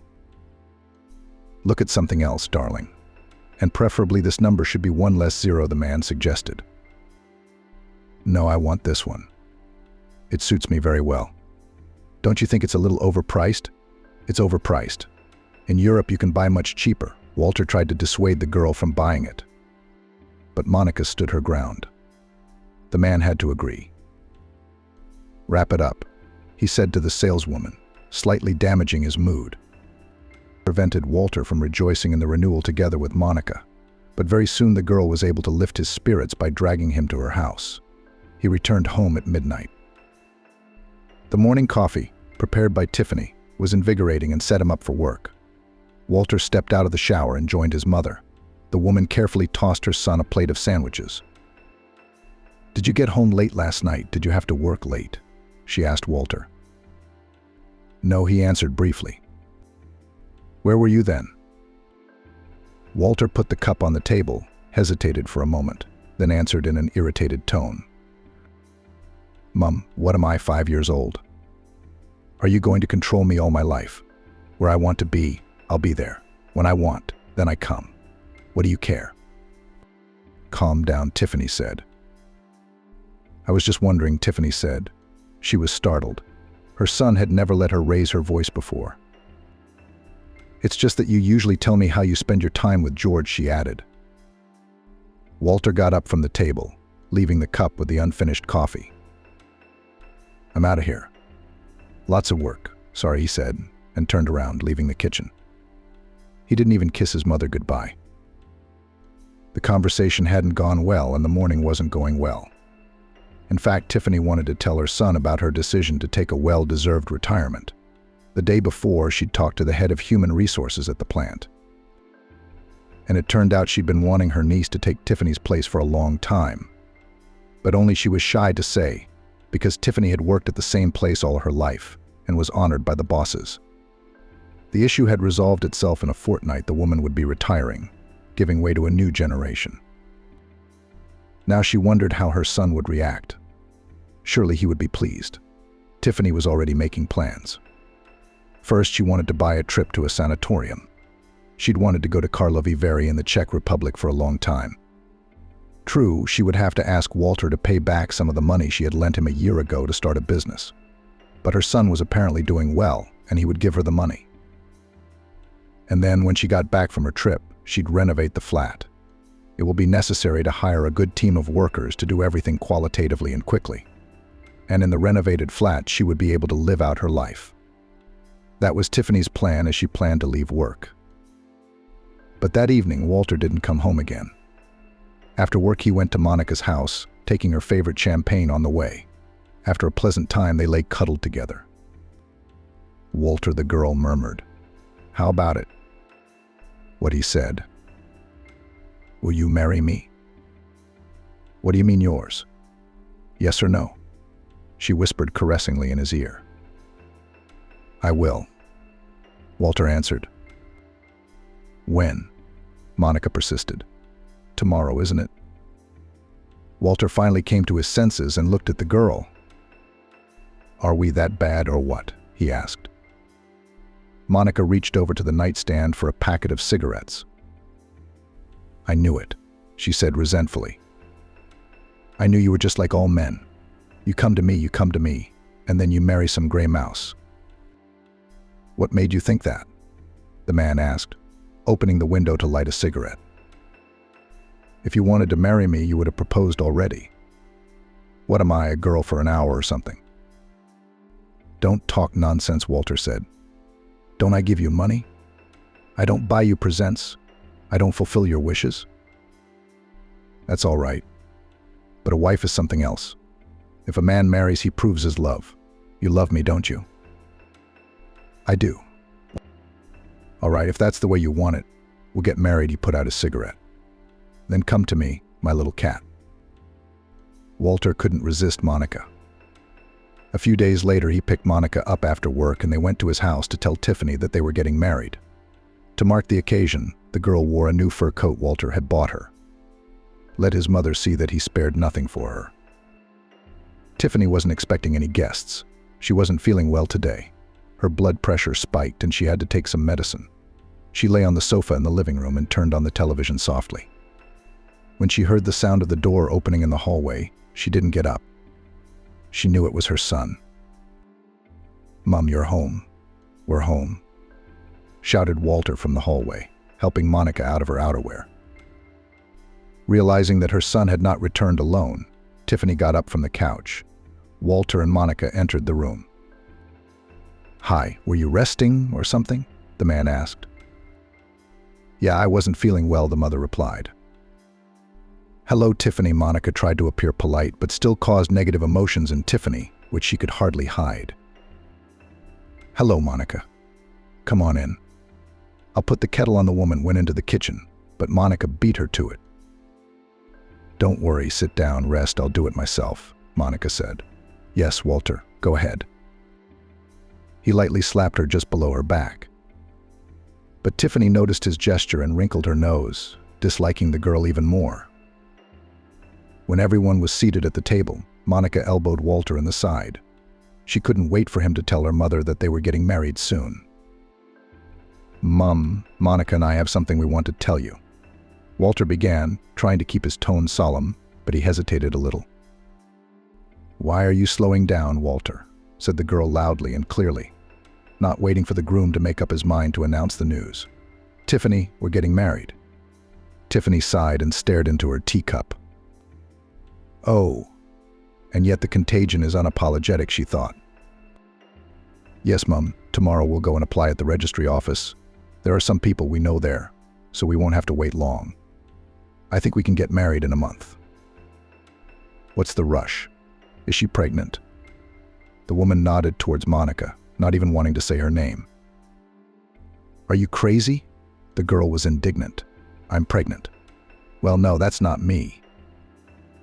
It's just that usually those who are in such a hurry are those who have noticed a baby in their sin. Normal people prepare for a wedding deliberately, thinking about every step," Tiffany said calmly and judiciously. "Walter, have you heard? According to your mother, we're not normal people." "I'm shocked." "Walter, why aren't you saying anything?" Monica echoed loudly. "Keep it down, please," Walter's mother asked. "I have a terrible headache." "Mom, it's what we decided," said the man calmly. "It's out of the question. We came with Monica to tell you the news first." "Thank you for that," sighed the mother. She sipped her tea, took a candy from the vase and slowly unwrapped the wrapper. "Aren't you glad? Don't you have anything more to say?" "I'm glad when you're happy. That's all I can tell you," Tiffany replied. "But since you come to me with news, I have something to tell you." The couple stared at the woman in surprise. Taking another bite of her chocolate candy, Tiffany finished her tea. "As of Monday, I'm taking a well-deserved holiday. I've decided that I've had enough of working, and it's time to take a break," she said. "Congratulations, Mum." "It's about time," Walter exclaimed. "Wait, don't interrupt me and listen," the mother continued, looking into her son's eyes. "First of all, I want you to know that I want to have a healthy holiday. That's why I plan to buy a trip to Karlovy Vary. There is good air, mineral springs, all conditions for treatment of my arthritis and hypertension." "That's great. I support this idea and I'm happy for you," Walter replied.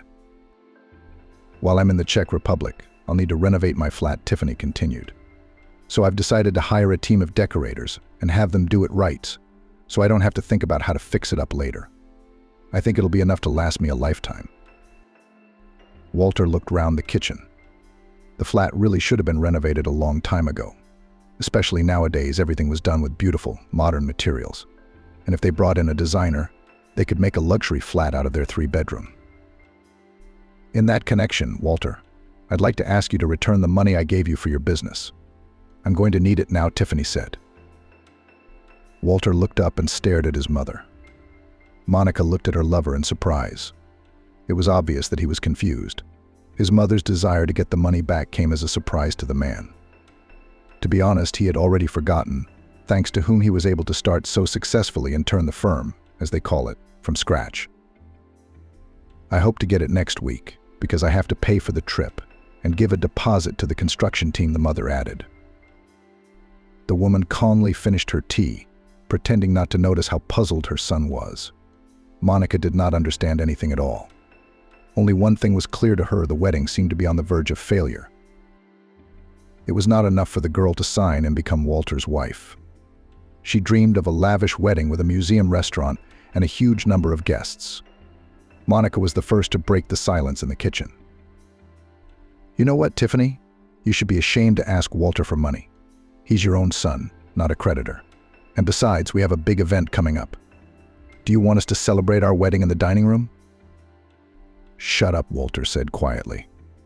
But Monica was unstoppable. "You're old. You don't need much. Buy yourself a trip to a boarding house in Los Angeles County and relax for a month. You can renovate it in 2 or 3 years.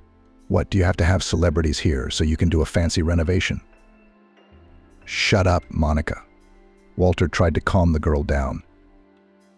"No, Walter, I will not shut up. I'm your wife for 5 minutes, and therefore I have the right to decide where to spend your money. If I say there's going to be a wedding, there's going to be a wedding, or you'll never see me again." The girl literally jumped from the table, quickly dressed, and slammed the door. Walter tried to rush after her, but Tiffany stopped him abruptly. "Sit down, I haven't finished," she said. Confused, the man slumped back in his chair. "That's a lot of money," he said. "You have to be warned about such things in advance. This money is still in circulation. Soon we'll have to pay for another shipment of goods. It's not even one lorry, but several. Do you realize how much money that is?" "I have no idea, and I don't want to think about it," Tiffany said firmly. "When you needed the money, I gave it to you with no terms or conditions. I was counting on your integrity. Now I need it, and I want it back without disrupting my plans." "Mum, don't you care about my plans?" Walter asked indignantly. "I come to you, tell you I'm getting married, that Monica and I are going to celebrate the wedding in a restaurant. And you don't react to that?" "How am I supposed to react, son? It's your life, your decision." "What does that have to do with me?" Walter asked. "What does it have to do with you? You should at least be happy and at most help me," Tiffany replied. "No, my dear. Everything I had to do, I did for you. You're an adult. You're well into your 30s. So the word should doesn't apply to me now. It's up to you to look after, protect, and support your mother in her old age. Or do you have a different opinion?" "You're being unfair by denying me the opportunity to marry," Walter said sadly. "I'm not stopping you. Marry whoever you want to marry. Give me the money. And let's end this pointless conversation." Tiffany left the kitchen and went to her bedroom. Walter sat there thinking. He was working out in his mind how to get out of this situation without arguing with his mother and Monica, and without losing profits at the firm. He did have to pay for another shipment of goods, and it was quite a large sum. He dialed Monica's number, deciding to go to her to discuss everything, and at the same time to stay at her place for the night. But she didn't answer the phone. She's offended, Walter thought. He switched off the kitchen light and left the flat. Getting into his car, the man headed for his mistress's house. The light in her window was on. Walter noticed this as he drove up to Monica's house. But when he rang the doorbell, no one answered. The man started pounding on the door with his fist. "Monica, open up, we need to talk." Footsteps were heard outside the door. Walter breathed out a sigh of relief. "What do you want?" Monica asked through the door. "Talk. We already did. I thought you were a man. Turns out you can't make up your mind without your mummy." "Yes, I can, honey. Open up," Walter asked. The door opened softly. A man stepped into the hallway. Monica stood with her back against the wall, her lips down and her eyes on the floor. Her whole appearance showed how much she resented Walter and his mother. "Well, aren't you sorry, honey?" The man tried to hug her, but Monica pushed him away. Tell me, who do you want to live with, Mummy or me? Monica asked. Of course with you, my love, answered Walter. Then why don't you consider me at all? Do I have to get married in a dressing gown? And my guests will eat Olivier and potatoes with cutlets in the dining room. Don't worry, it won't happen. You just have to wait a little longer, Walter urged her. I don't want to wait. Can't your mother wait with her silly whims? Monica was indignant. I don't know, dear, but we'll think of something together. So he pulled the girl against him and quietly pushed her towards the bedroom. Monica gave in. She knew what strings Walter could pull. Then, lying in bed, they thought of a plan of action. Should we send your mother to a relative? Monica asked. Why? Walter didn't understand. To keep her out of the way. Don't you understand? Let her stay here. We'll have a wedding in the meantime. And when she gets here, you'll give her the money, or part of the debt. She doesn't even have any relatives, Walter puffed on his cigarette. She had relatives. Only her father and mother lived in a remote village, but they died a long time ago. I was just a kid. Where is this village? The mistress asked. Somewhere in Montana. And I didn't seem to go into much detail. Didn't her parents leave her daughter anything when she died? If there's no one else, she must have inherited something. Oh, please don't be ridiculous. What inheritance is there in a remote village? It's a small house, but it's probably rotten by now. My mother once went to my parents' grave and told me that almost all the houses in the village were abandoned. Everything was dead. Monica raised herself up on her elbows and looked carefully into Walter's eyes. There was triumph in her gaze. That's the way out, my dear, she whispered, smiling. Walter arrived home on time on the appointed day. Tiffany noticed that Walter was acting strangely, always trying to give her something. Then he called her to have tea together and talk. After the fight the other day, they'd hardly spoken. But apparently the son had come to his senses and realized that his mother was right. Walter poured the aromatic tea he'd brewed himself into cups and moved the sugar to Tiffany. How are things going at the firm, son? The woman asked. It's fine, as usual. We're working, making progress. You know we're not going backwards, Walter said, smiling. The mother thought his smile was strained, unnatural. What do you do? Did you go to a travel agency? Tiffany began to tell her, but her son interrupted her, asking for a clean hand towel. The woman went to her room, and he quickly pulled a vial from his pocket and dribbled it into his mother's cup. It was a sleeping pill. Here you go. The mother handed Walter a towel. Thank you, Mum. Now you can drink your tea in peace. You drink too. As they talked, the woman drank the whole cup and suddenly felt faint. She leaned against the wall. I don't feel well, Walter, she said. But the man had already taken her in his arms and carried her into the room. He laid her on the sofa and hurried into the hallway to open the front door. She's asleep. Everything worked out, Monica asked as she entered the flat. Yes, I think she's asleep. We're in a hurry. We have to get there before she wakes up. Walter took his mother in his arms and Monica grabbed a blanket and pillow from the couch. They left the flat and walked down to the courtyard. The man put his mother in the back seat, placing a pillow under her head, and covered her with the blanket. Opening the boot, he threw in Tiffany's warm clothes that Monica had collected. Several bags of groceries stood nearby. Slamming the doors, Walter and Monica hit the road. As they pulled onto the motorway, Walter increased his speed. He drove as fast as he could, afraid that his mother would wake up and his and Monica's plan would fail. By 5 a.m., they reached the remote village where Tiffany had been born and raised. They found her parents' house. There was hardly any snow in town, but here it was knee-deep. Walter made his way to the gate and struggled to open it, and then the door to the house. He went back to the car, carried his mother into the hut, and put her on the bed. Where should I put the groceries? Monica asked. She was standing in the doorway holding the bags. Over there on the table, Walter pointed. He covered the mother with a blanket and put a coat on top to keep her warm. Let's go, Monica. They closed the door and drove away. They glimpsed abandoned houses with boarded-up shutters, lit by headlights. Tiffany woke up and felt terribly cold.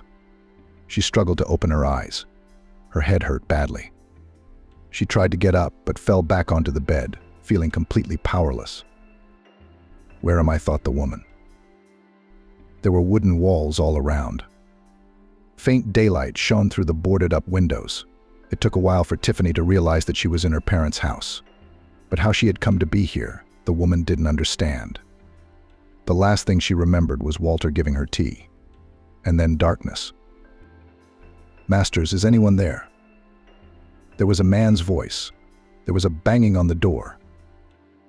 Tiffany tried to answer, but her tongue stuck to her mouth. "Hey," came another shout from outside. "I'm here," she said in a hoarse whisper.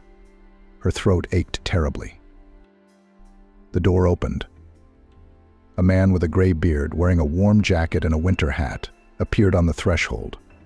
When he saw the woman lying on the bed under some things, he rushed to her. "Who are you?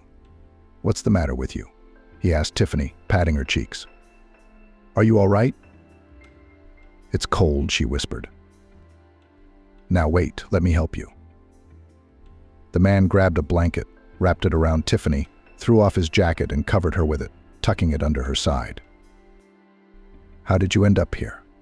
No one's been here in ages." She stared at him, unable to say a word. A man ran out of the house in a jumper. He was back in a minute. "I'll get some wood. I'll heat the stove. It'll be warm. You just put your head down for now. Wait a bit." In a few minutes, the wood was crackling in the stove. Tiffany could see the glow of scarlet flame through the crack in the door. The cooker was warped and wouldn't close tightly. "I see you've made a good home here. How much groceries did you bring?" Tiffany turned her head and saw the man looking at the bags on the table. She warmed up a little and began to come round. The woman realized that Walter had brought her here to keep her. She was against his wedding, and she demanded the money back. Meanwhile, the man had put a cloth rucksack on the table. "I'll pour you some hot tea. You'll warm up quickly," he said, and took a thermos out of the rucksack. He unscrewed the lid of the glass and poured the hot, aromatic drink into it. Taking a seat next to Tiffany on the bed, he helped her up. "Here you go. It's delicious." "Thank you." The woman took a few sips and thanked him. "What's this?" "I make it myself. It's rosehip, hawthorn, and some other herbs." The man replied. "Do you feel better?" "Yes, I'm almost completely warmed up." "And I'm walking, looking at the tracks of a car. From it, footprints lead to the house," began to tell the stranger. "No one has been in this house for ages, and now hello guests have arrived. So I thought I'd go in and check who had arrived. And here you are." "Who are you?" Tiffany asked. As she drank the hot tea, she felt invigorated. Her headache was gone. "Oh, forgive me, you old fool. I forgot to introduce myself," the man apologized. "I'm Oscar, the local forester." "Oscar? How strange," Tiffany said thoughtfully. "Why strange?" The man didn't understand. Tiffany sat up on the bed. She felt the warmth of the house. The crackling logs in the cooker warmed not only her body but also her soul. She looked round the room. The colored wallpaper had almost completely fallen off the walls. The ceiling looked back at her. Old curtains were hanging from the windows.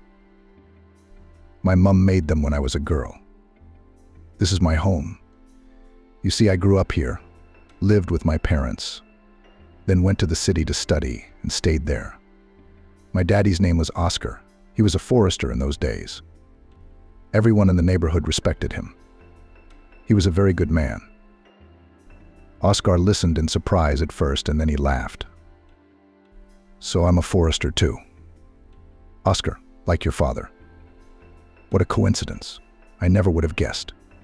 And of course I've heard that a very good man used to be a forester here. But I didn't know we were namesakes." Oscar laughed again.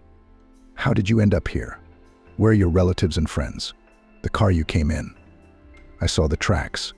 A Jeep or some other off-road vehicle?" "I don't know," Tiffany said sadly.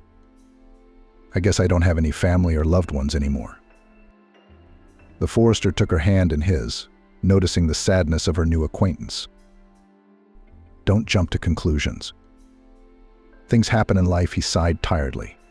Then he squared his shoulders and spoke in a cheerful voice. "If you've decided to stay here, you'll have to put the house in order. I'll help you. Do you mind?" "No, not at all." Tiffany smiled. Who wouldn't want help under these circumstances? "Thank you." All day long, Oscar and Tiffany tidied up the house. The first thing the man did was to take away the boards that had been used to board up the windows and fix the doors, which had fallen apart. Tiffany got to work scrubbing the floors and windows. After removing the old curtains, she poured water into a basin and prepared to wash. But Oscar stopped her. "You shouldn't have such old curtains in the house, Tiffany." "So what am I going to do without curtains?" "We'll put up new ones," Oscar said confidently. "Where are we going to get them?" wondered the woman. "If we look hard enough, we'll find them," said the forester in a mysterious tone. Tiffany shrugged her shoulders. The day was drawing to a close. Tiffany had already boiled the potatoes, cut the sausage, and opened a can of stew. "Your son was very thoughtful, not daring to leave him in the woods without food," Oscar said, but he immediately regretted it. Tiffany grew sad again, thinking, "Yes, that's the way it is, raising my only son. You spare nothing for him, and he takes you to the woods, to a cold hut," she sighed. "Don't worry so much, Tiffany. People live everywhere, and you're your own here. This is your homeland. The Karelian forest. It has some kind of ancestral memory, protects those who were born and grew up under its pines. Everything will be all right." "I know," the man smiled. Tiffany thought, "What brings him here? He's certainly not from around here." Tiffany and Oscar became friends. The woodsman visited the woman every day, helping her with chores. Oscar fixed furniture that Tiffany remembered from when she was a little girl. He brought water, helped with firewood. Tiffany fed him a delicious lunch. "I saw lights on in some of the houses, people living. I guess they're not leaving," she asked Oscar one day. "They are. There are 10 houses left from the whole village," he replied. "Mostly the ones the children don't need, and the lonely old people." "What do they do here? Who keeps cattle?" "The vegetable garden feeds them. They go to the forest to gather berries and mushrooms. They catch fish in the lake, then sell them in town. And there's nothing else to do here. Televisions aren't always on." "Do they have televisions in the houses?" Tiffany got excited. She was bored alone. She was also bored with the soap operas she liked to watch in the city in the evenings. "Yes, but the connection sometimes goes down, especially in the winter." Tiffany suddenly got up from the table and went to the wardrobe. There were things that Miles had hastily thrown into bags. She found among them her card, which was to be used to pay the woman's work and pension. Here she handed the card to the forester. "This is my card." "What is it?" The man didn't understand. "I beg you, let's go to the shop and buy me a TV set." "Please," she asked, her palms folded across her chest. Oscar thought for a moment. The nearest shop was 80 kilometers away. It would take all day to get there and back. But Tiffany looked at him with such pleading eyes that he couldn't refuse her. "All right, we'll take my car tomorrow," the man agreed. Tiffany smiled happily. She was growing to like this strong man with such a familiar name. He reminded her very much of her father. 2 months passed, summer came. One warm evening, Oscar and Tiffany were having tea in the yard. The forester had made a small table. Tiffany tied a tablecloth on it. The trees swayed quietly around them, enjoying the pleasant company and tranquility. The woman suddenly thought that nothing ever just happens. Perhaps she should have come back here a long time ago, she wondered to herself. She liked preparing the vegetable garden for planting. She liked setting up the house, making it cozy. Tiffany, Oscar said to her, "You and I are both old. We live here together and we don't seem to get bored." "What's there to be bored about?" "I'll plant a vegetable garden soon and then I'll take care of it," Tiffany told him. "Yes, a vegetable garden is certainly something to do. But that's not what I meant." "Well, Tiffany, let's live together."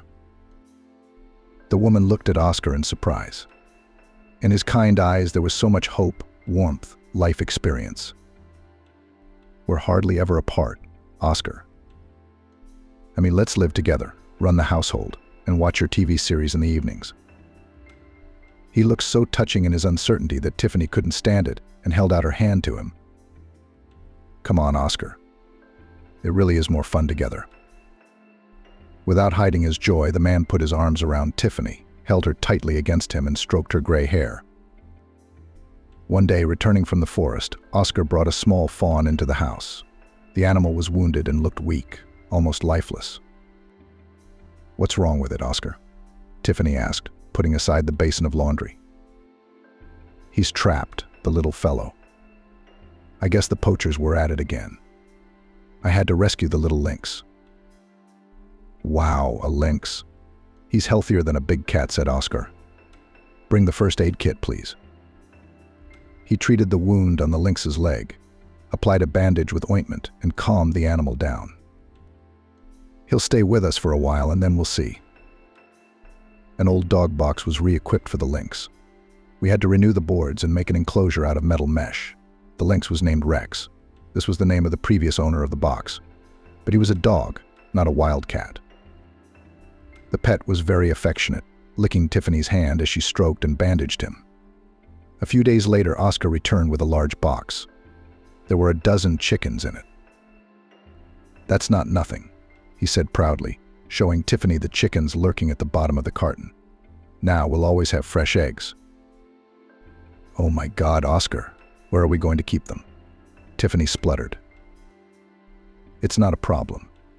Tomorrow morning I'll start building a chicken coop, and then I'll build a stable. We'll have a cow, goats, geese, piglets. We'll have our own farm. Tiffany only shook her head, smiling and enjoying Oscar's thriftiness. It was not a problem for him to get the wood to build buildings. That's why Oscar decided not to be petty. And in just a month, not only the barn, the chicken coop and the pen for geese and ducks, but also a new bathhouse grew in the yard of the house. Tiffany was overjoyed when the first smoke appeared from the chimney. In time, we'll renovate the house, Oscar promised. As long as I have the strength, I'll do it all. Once a month, Tiffany and Oscar drove into town to withdraw money from their cards and get Oscar's salary. At the same time, they would stop by the market and sell eggs, milk, and poultry to the vendors. The price was not high, but they did not want to trade themselves. They had to go back and do farming. Having made the necessary purchases, they would go home. One day on their way back, they noticed a car on a forest road. It's not ours, some tourists, probably, Oscar suggested and pulled up next to the unfamiliar car. Hello, do you need any help? Good evening. A man in his 40s approached Oscar. My car broke down. No matter how hard I try, it won't start. Let me have a look, the forester offered. He looked under the bonnet of the foreign car, touched and moved something. It's bad, it needs repair, said Oscar. Where is there to repair? Asked the man. I looked on the navigator. There are no settlements nearby. Two boys of about 8 or 10 years old jumped out of the strange man's car. They were followed by a woman. Oscar looked at the family and said decisively, "Let's go to our place. Tomorrow morning I'll take you to the service. There's a cable."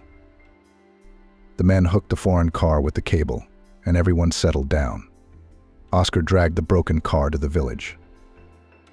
"Here we are," he said. And Tiffany, inviting the guests in, added, "Come inside." She led the woman and her children inside. It turned out they had traveled a long way. "We've wanted to see the local sights for a long time, but the car was a little slow," the woman said. "My name is Natalie, and these are our sons Miles and Nicholas." The boys sat down near the enclosure with a lynx, looking at it in surprise. Everything in the house and in the yard seemed strange. In the evening, everyone gathered round the table outside. Oscar and Natalie's husband Travis grilled meat on the barbecue, and the women prepared vegetables and herbs. For such an occasion, Oscar got a bottle of moonshine from somewhere. To getting acquainted to meeting. "Here's to your car being repaired quickly," he said, pouring it into shot glasses. Everyone present supported him. The evening was wonderful. Natalie put the children to bed in the house. They barely made it to bed. The hosts and guests all sat around talking, drinking fragrant tea with forest herbs. And the next day Travis's car was taken to the service center. It turned out that it would be ready only the next day, and the men returned to Oscar and Tiffany's house. The guests had brightened up the homeowners' lives. All day the boys tended to the animals, fed carrots to the rabbits, carried hay for the cow and collected eggs in the henhouse, and then drank steamed milk. Travis and Oscar chopped wood and stacked it in a neat stack, and the women cooked meals. In the evening everyone went to the lake, swam and boated, and when they returned a real bathhouse was waiting for them. It was a wonderful weekend. Thank you, the guests thanked the hospitable hosts. We could not even imagine that this is such a wonderful holiday, and we really enjoyed it. Come back again, Oscar said, shaking Travis' hand in farewell. You bet we will, and we'll bring our friends with us, he promised, as the car with the new friends drove off down the street. Oscar said to Tiffany, I think it's time to start building guest houses. All summer Tiffany worked in the vegetable garden, harvesting crops and making preparations for the winter. Oscar got serious about building an addition to the house. He enjoyed having visitors, and in his heart he hoped that Travis would keep his promise and come on holiday to visit them. The man and woman went to the woods to pick berries and mushrooms, made jam and pickled vegetables, and in the long winter Tiffany knitted warm socks, mittens, and other things from the rabbit's wool. So the winter flew by, followed by spring. The elderly couple's household gradually expanded, and the chores became more troublesome. One evening they were finishing digging a plot of land for planting potatoes, when suddenly a few cars drove up to the house one after another. Who's that, Oscar? Tiffany wondered. Let's see, replied her husband, and went to the gate. Travis walked towards him. Well done, master, he shouted when he saw Oscar. How are you? Are you well? Healthy, thank God, he said. Tiffany, look who's here. The men hugged each other, happy to see each other. Will you take me in? I want to stay for a week, go fishing, walk in the woods, just relax, Travis asked. Why do you ask? We are only glad to have such guests. Oscar smiled, patting his friend on the shoulder. But you see, I didn't come alone. How many of you are there? Asked the owner. Is this all of you coming to our place? He pointed to the cars. Yeah, we'll sort it out among the guests. People started pouring out of the cars. Men, women, children. And before Tiffany could catch her breath, she was surrounded by young women, shaking hands and calling out their names, asking her where to take her things and her groceries. To the house, girls, to the house, Tiffany replied, confused. Gradually, things calmed down and there was no more fuss. The women began to prepare the food, and the men set up some tents in the yard. What clever people, Tiffany thought. The children had beds in the house and the adults were in the yard. The noise, the fun, the joy of the children's voices settled into Tiffany and Oscar's previously quiet home for a week. The children enjoyed feeding the animals, going to the lake with their parents, and playing outside. The women helped Tiffany, even though she refused to help. After all, people were here on holiday. The men had plenty to do all day long, and they enjoyed it all because of the variety. Oscar even took the guests hunting. And how they enjoyed fishing. Tiffany collected gifts for the guests: socks and mittens made of rabbit wool, jam made of wild berries, pickled and salted mushrooms, and smoked fish caught by the guests themselves. For a long time the hosts hugged and could not part with their guests. They had become so close during that week, and when the townspeople left, Tiffany found money and a card under the tablecloth in the room, wishing them well and hoping they would meet again. So we've made our first money on our farm, Oscar smiled happily. He felt that soon there would be new guests in the house, and he was not mistaken. A week later, another group of 3 families arrived. Travis told me you guys have a great holiday here, said a man named Scott. It's a good holiday. Come on in the yard, Oscar said. Rumors abound, but good things come to good. A few years flew by unnoticed. Now, from May to September, tourists from different cities came to visit Tiffany and Oscar, some for a day or two, and some for a week. Oscar had built several summer houses, bought 2 boats, and installed a drip irrigation system. People from megalopolises and noisy cities liked to relax surrounded by wild, untouched nature. The hosts did not demand payment for accommodation and did not set any rates. After all, the guests helped them in many ways. But the tourists always left money, which Oscar invested in new buildings, the purchase of fodder for cattle and other necessary things. That day they were waiting for the next guests. "Look, someone is coming." Oscar shouted to the woman. "I think it's ours."